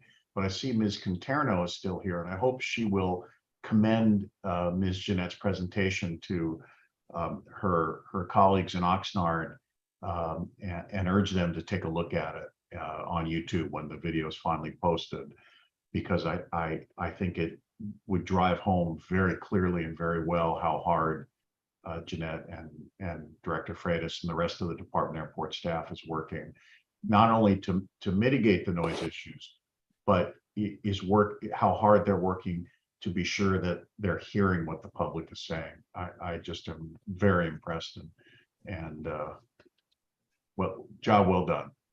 Thank you. I was going to throw my 2 cents in again. The presentation was really well done. I think what is most helpful, I know personally, I like data. And so being able to see the flight tracker and being able to actually see what's happening so that we can demonstrate that we're getting better or not getting better and need to make some changes is really helpful. So thanks again, Jeanette. We really appreciate all your work. Thank you. All right, I'm going to move us along to item H. Chair, I'm I'd so like sorry. to. We had some public comment on the last item when Sorry. you're ready. Go ahead. I'm sorry. I forgot. Okay, no problem. All right, let me read my statement and then I'll read the written public comment we received. If you wish to make a public comment on agenda item number 6G, please press the raise hand button now, or if you're calling in today, press star then 9 to be added to the speaker queue. The written comment we received on this item is from Rita Weingarten. It reads, good evening, my name is Rita Weingarten. I purchased my home in Oxnard Shores in April 2020. Before I purchased my home, I did my due diligence. I checked into airport noise and flight paths. When I checked the Oxnard Airport website in April 2020, there was a flight map that showed Oxnard Shores and surrounding neighborhoods to be quote, avoid flyover, unquote, area. Also, before I purchased my home, I drove to the Oxnard Airport. I saw the signage showing the same flight map, which distinctly reads, quote, avoid flyover, unquote, in Oxnard Shores and surrounding neighborhoods. This map that I saw was developed after a noise study was performed in 1998. This study was accepted and filed with the FAA. In April of 2021, that flight map was removed from the Oxnard Airport's website. It's been living hell ever since.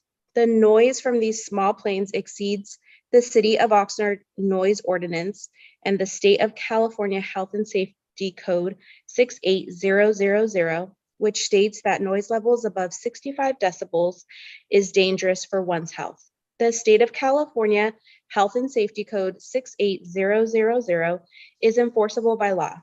Taking the flight map down that was developed based on the noise study from 1998 is very wrong and misleading to the stakeholders in Oxnard Shores and surrounding communities.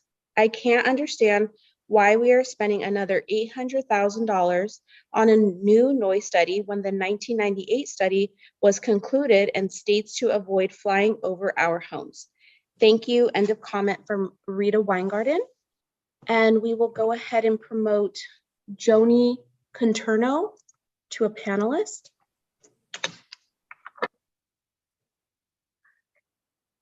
Ms. Conterno, you can go ahead and unmute, share your screen if you'd like, and you'll have 3 minutes once you begin.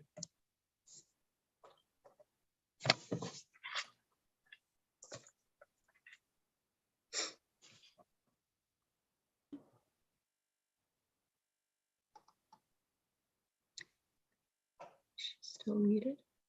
Oh, can you hear me? We can hear you. Hi. I'm Joni Conterno, longtime resident of Oxnard Shores, and I have to say that I'm seeing glimpses of the Oxnard Shores neighborhood that I knew and loved prior to the 2020 influx of touch-and-go flights allowed to train directly above our homes. Thank you to the airport team for the efforts to educate flight schools and pilots to fly friendly. Director Freitas and Jeanette have been taking steps in the right direction. There's a noticeable improvement, but here's what worries me. Is this break in the abuse sustainable? Will the safety and well-being of our community continue to get better, or in time will touch and go violations start increasing again? Since the September 13th Fly Friendly Forum, several of the 8 schools in attendance continue to fly in violation. Just in the last 7 weeks, I found Camarillo flight instruction with 13 violations, CP Aviation with 6, Channel Islands Aviation has 13, and California Aeronautic University with 6. And of course, the flight schools not in attendance of the 913 form continue to violate as well. It's been stated what an incredible effort it will be to continue the education of flight schools, considering the ongoing turnover. Jeanette is putting in the work, and we can only hope she goes the distance. I understand the educational process takes time. The air traffic controllers need to contribute to the effort as well. We want this program to work. The reduction in direct overflights currently is a relief, but for how long? As long as Fly Friendly VC is a voluntary program, will all pilots respect it? Will we ever be completely safe? I ask the authority and elected officials to take action to protect the community you represent by ensuring our safety is on an equal level to airport interest. Thank you for the time.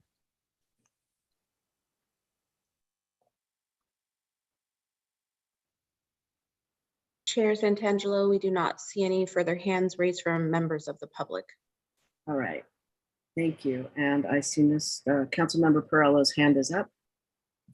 Yes, thank you, Chair. I would just like to share the top brass for the Ventura County Airport Authority did show at the Channel Islands Neighborhood Council meeting, along with the Ventura County Harbor Director at the meeting, a large attended meeting. Ms. Urege was also there. It was very well attended, very good presentation. But I will share this from walking the streets during a campaign election. North of the runway is the main street is called Doris, and that neighborhood is called Camarillo. The chair of that neighborhood was on this list earlier. I don't know if he's still here.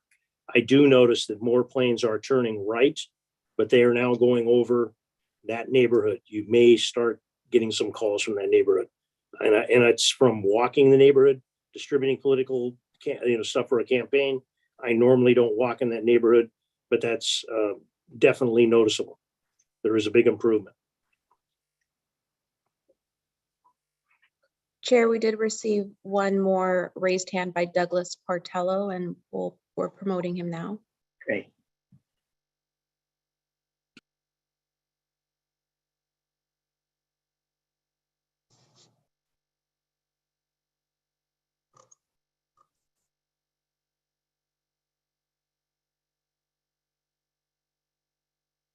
Okay.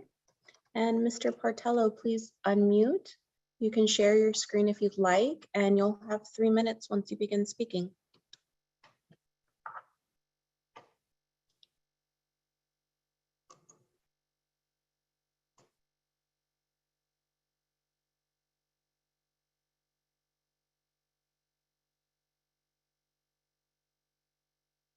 Mr. Partello, we see that you're unmuted. Can you hear us? We can't hear you just yet.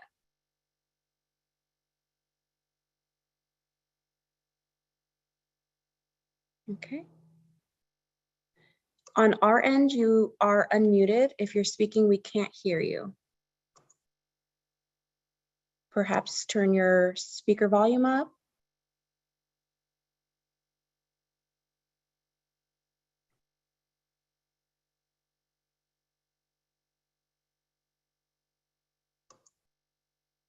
Chair, as far as we can tell, he's unmuted, but there's no volume.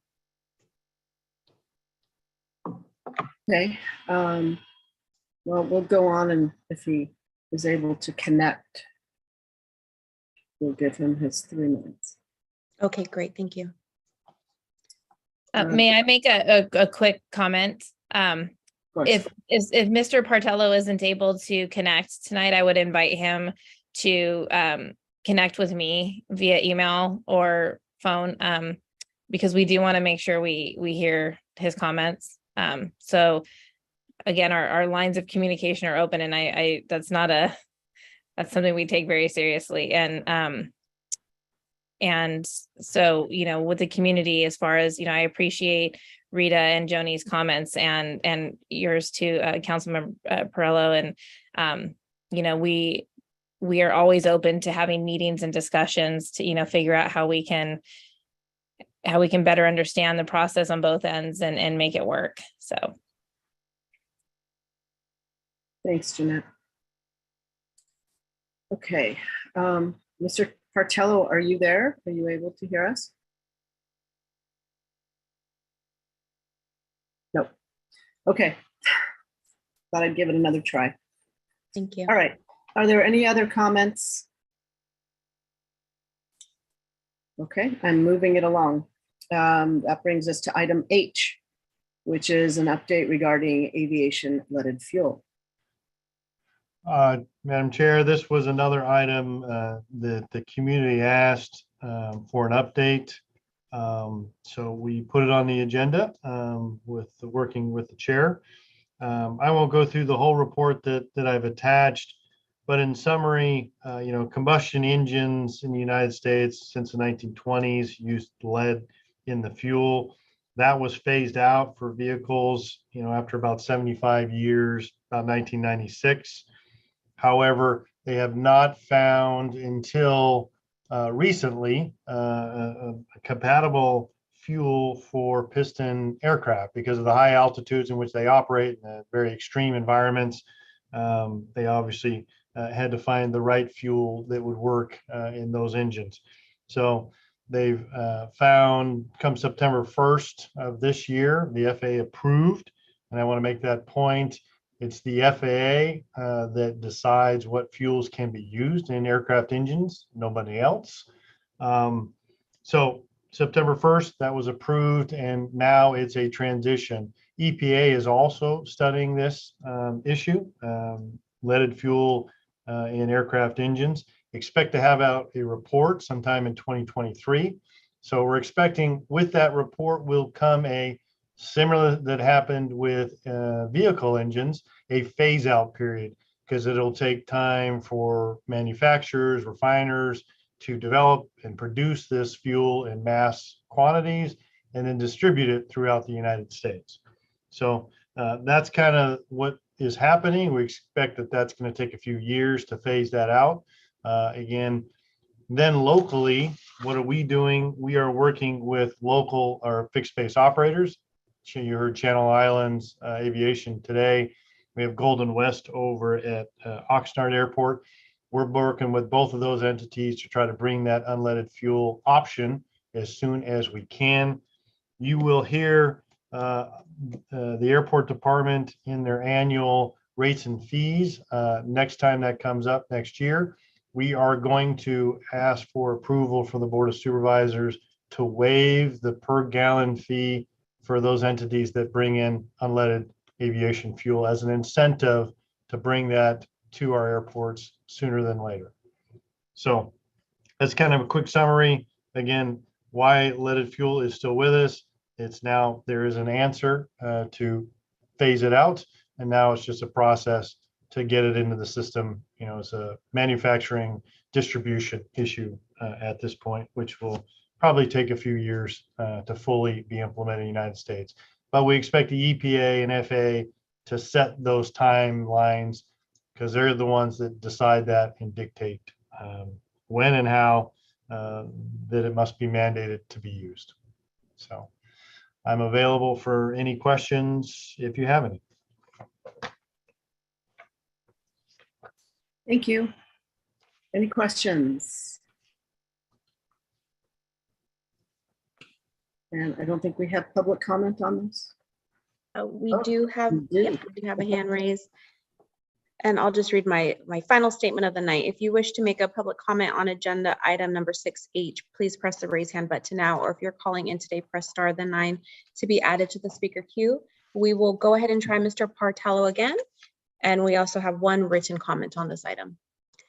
Mr. Partello, we're promoting you to a panelist.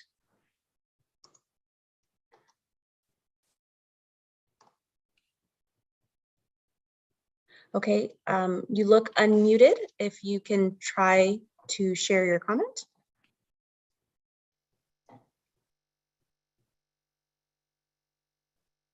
And we're unable to hear you if you're speaking.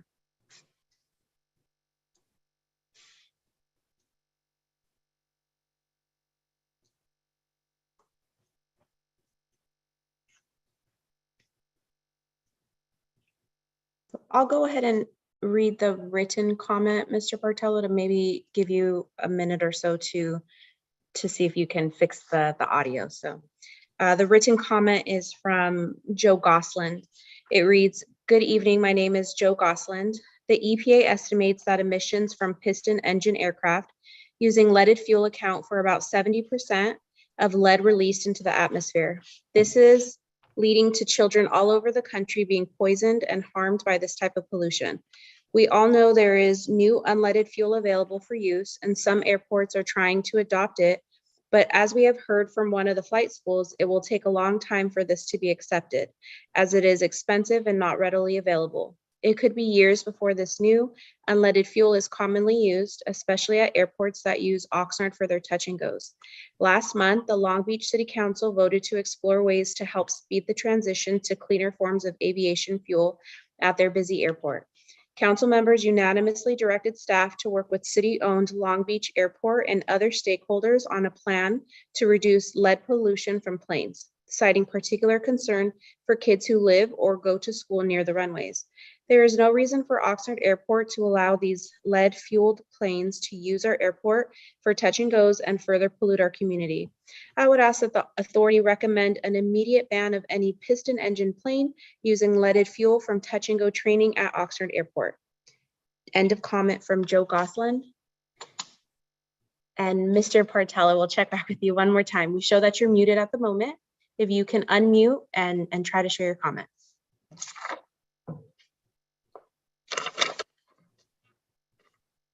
Okay, we do see that you're unmuted. If you can try your audio.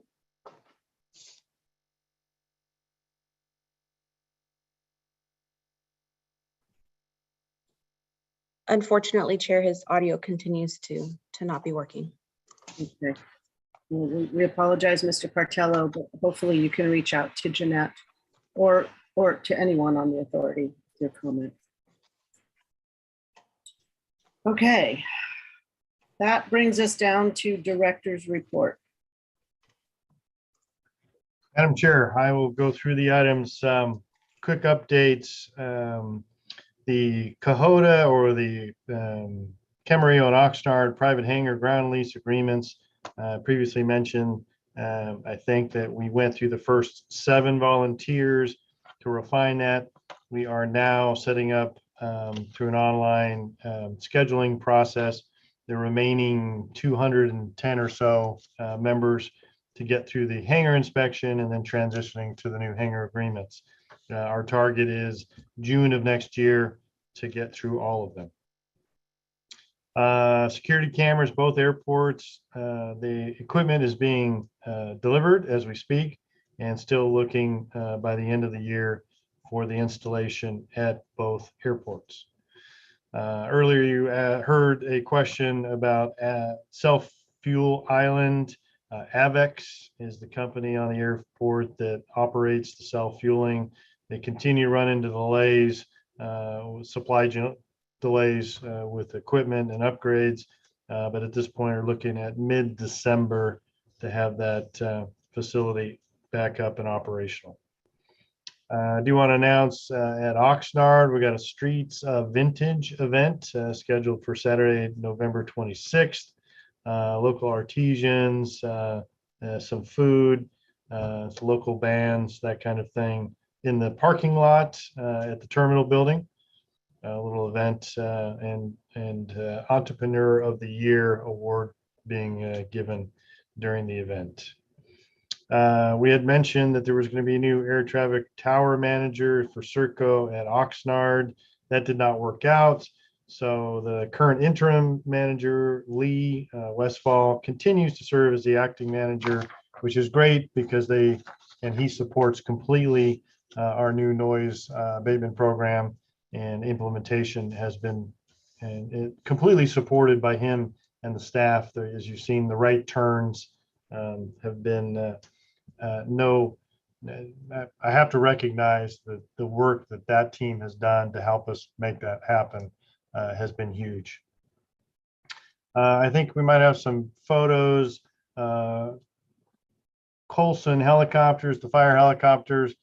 We've had one based here for the last 5 months. We had a second one show up recently to do some additional training. I'm happy to say they were doing training because they had not been operating to fight local fires this season. So they had to do some additional training. We did work with them to make sure that they didn't create noise problems for our community, and they did a good job of doing that.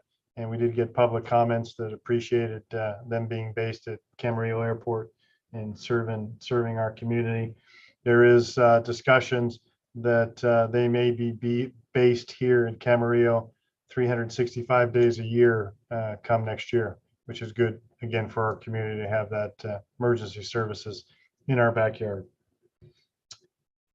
Next item I want to show is some new noise abatement signs we had installed on the airfield at Oxnard. We have similar ones already in place at Camarillo, and we just had these installed in the last couple of weeks at Oxnard Airport to help us with our entire program that Jeanette just went over.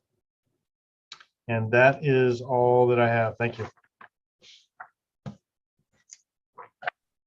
Thank you.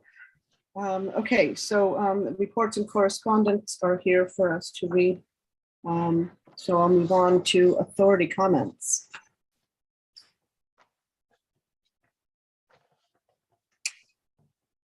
Mayor Malche. Turn my video on for this one. I just wanted to say heartfelt and very big thank you to Director Freitas, all the staff. This is, for those of you who do know or don't know, I chose not to run for re-election. So my term ends Wednesday, December 7th, prior to the board's this airport authority's next meeting. So this will be my last formal meeting with all of you. But I just want to say, Director Freitas, heartfelt thank you very much for everything you've done. It's been a pleasure to work with you. It's been a pleasure to work with all the colleagues on both the airport authorities. Anna, Aaron, Madeline, Jeanette, Jamal, pleasure meeting and working with each of you, and then everyone else kind of behind the scenes. You guys all make the airport go around, and you guys make things work. So it's been a great pleasure. But Keith, especially you, thank you. I know colleagues at the city of Camarillo have described you as being a breath of fresh air. And you've been very good, a good friend and a good partner working with the city, and I greatly appreciate it. So just want to say thanks. It's been a pleasure on our side as well. Thank you. Thank you. And Councilmember Perrell. Mr. Moshe, I appreciated you being on the board and working with you. You asked good questions. That counts for a lot. I would again like to say thank you to the airport staff for attending the Channel Islands Neighborhood Council meeting. They asked, you showed up, you gave a good presentation, well received. They spoke highly of you after you guys left, and you need to get tip of the hat. With that, I'm asking, as an airport authority member, we get on the agenda. Do we have a county council at these meetings or not? The chair of the Oxnard Airport Authority mentioned a little earlier, and if it's necessary for me as a council, as a board member to ask specifically to have it agendized, that's what I'm doing right now. And I would like to ask a question of one of the supervisors. I know that in my city of Oxnard, we have maybe half a dozen people that work in the city attorney's office. But Ms. Lopez, how many people have they given you a tour of the county council? I remember being told one time there was over 100 attorneys working in that office. Do you have an exact number on that? Or Ms. Long?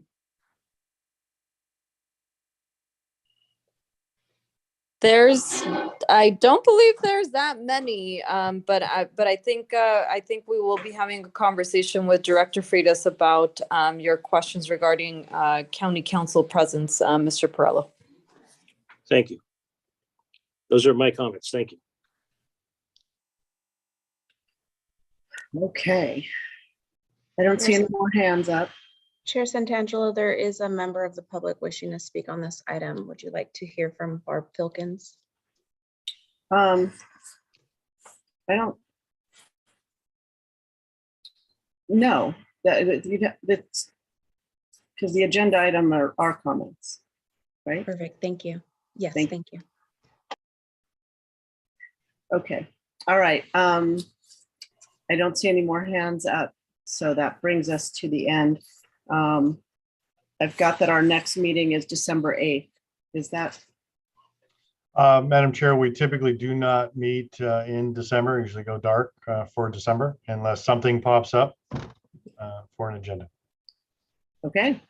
Well, with that being said, I wish everybody a happy Thanksgiving and happy holidays. Beyond that, Mayor Molche, on a personal note, I will miss you. Thank you for your service. And thanks everybody for hanging in here. It's been a long night, but really good conversations and really important to hear from the community. So appreciate you all hanging in there with us. And with that, we will adjourn. Good night. Good night, everybody.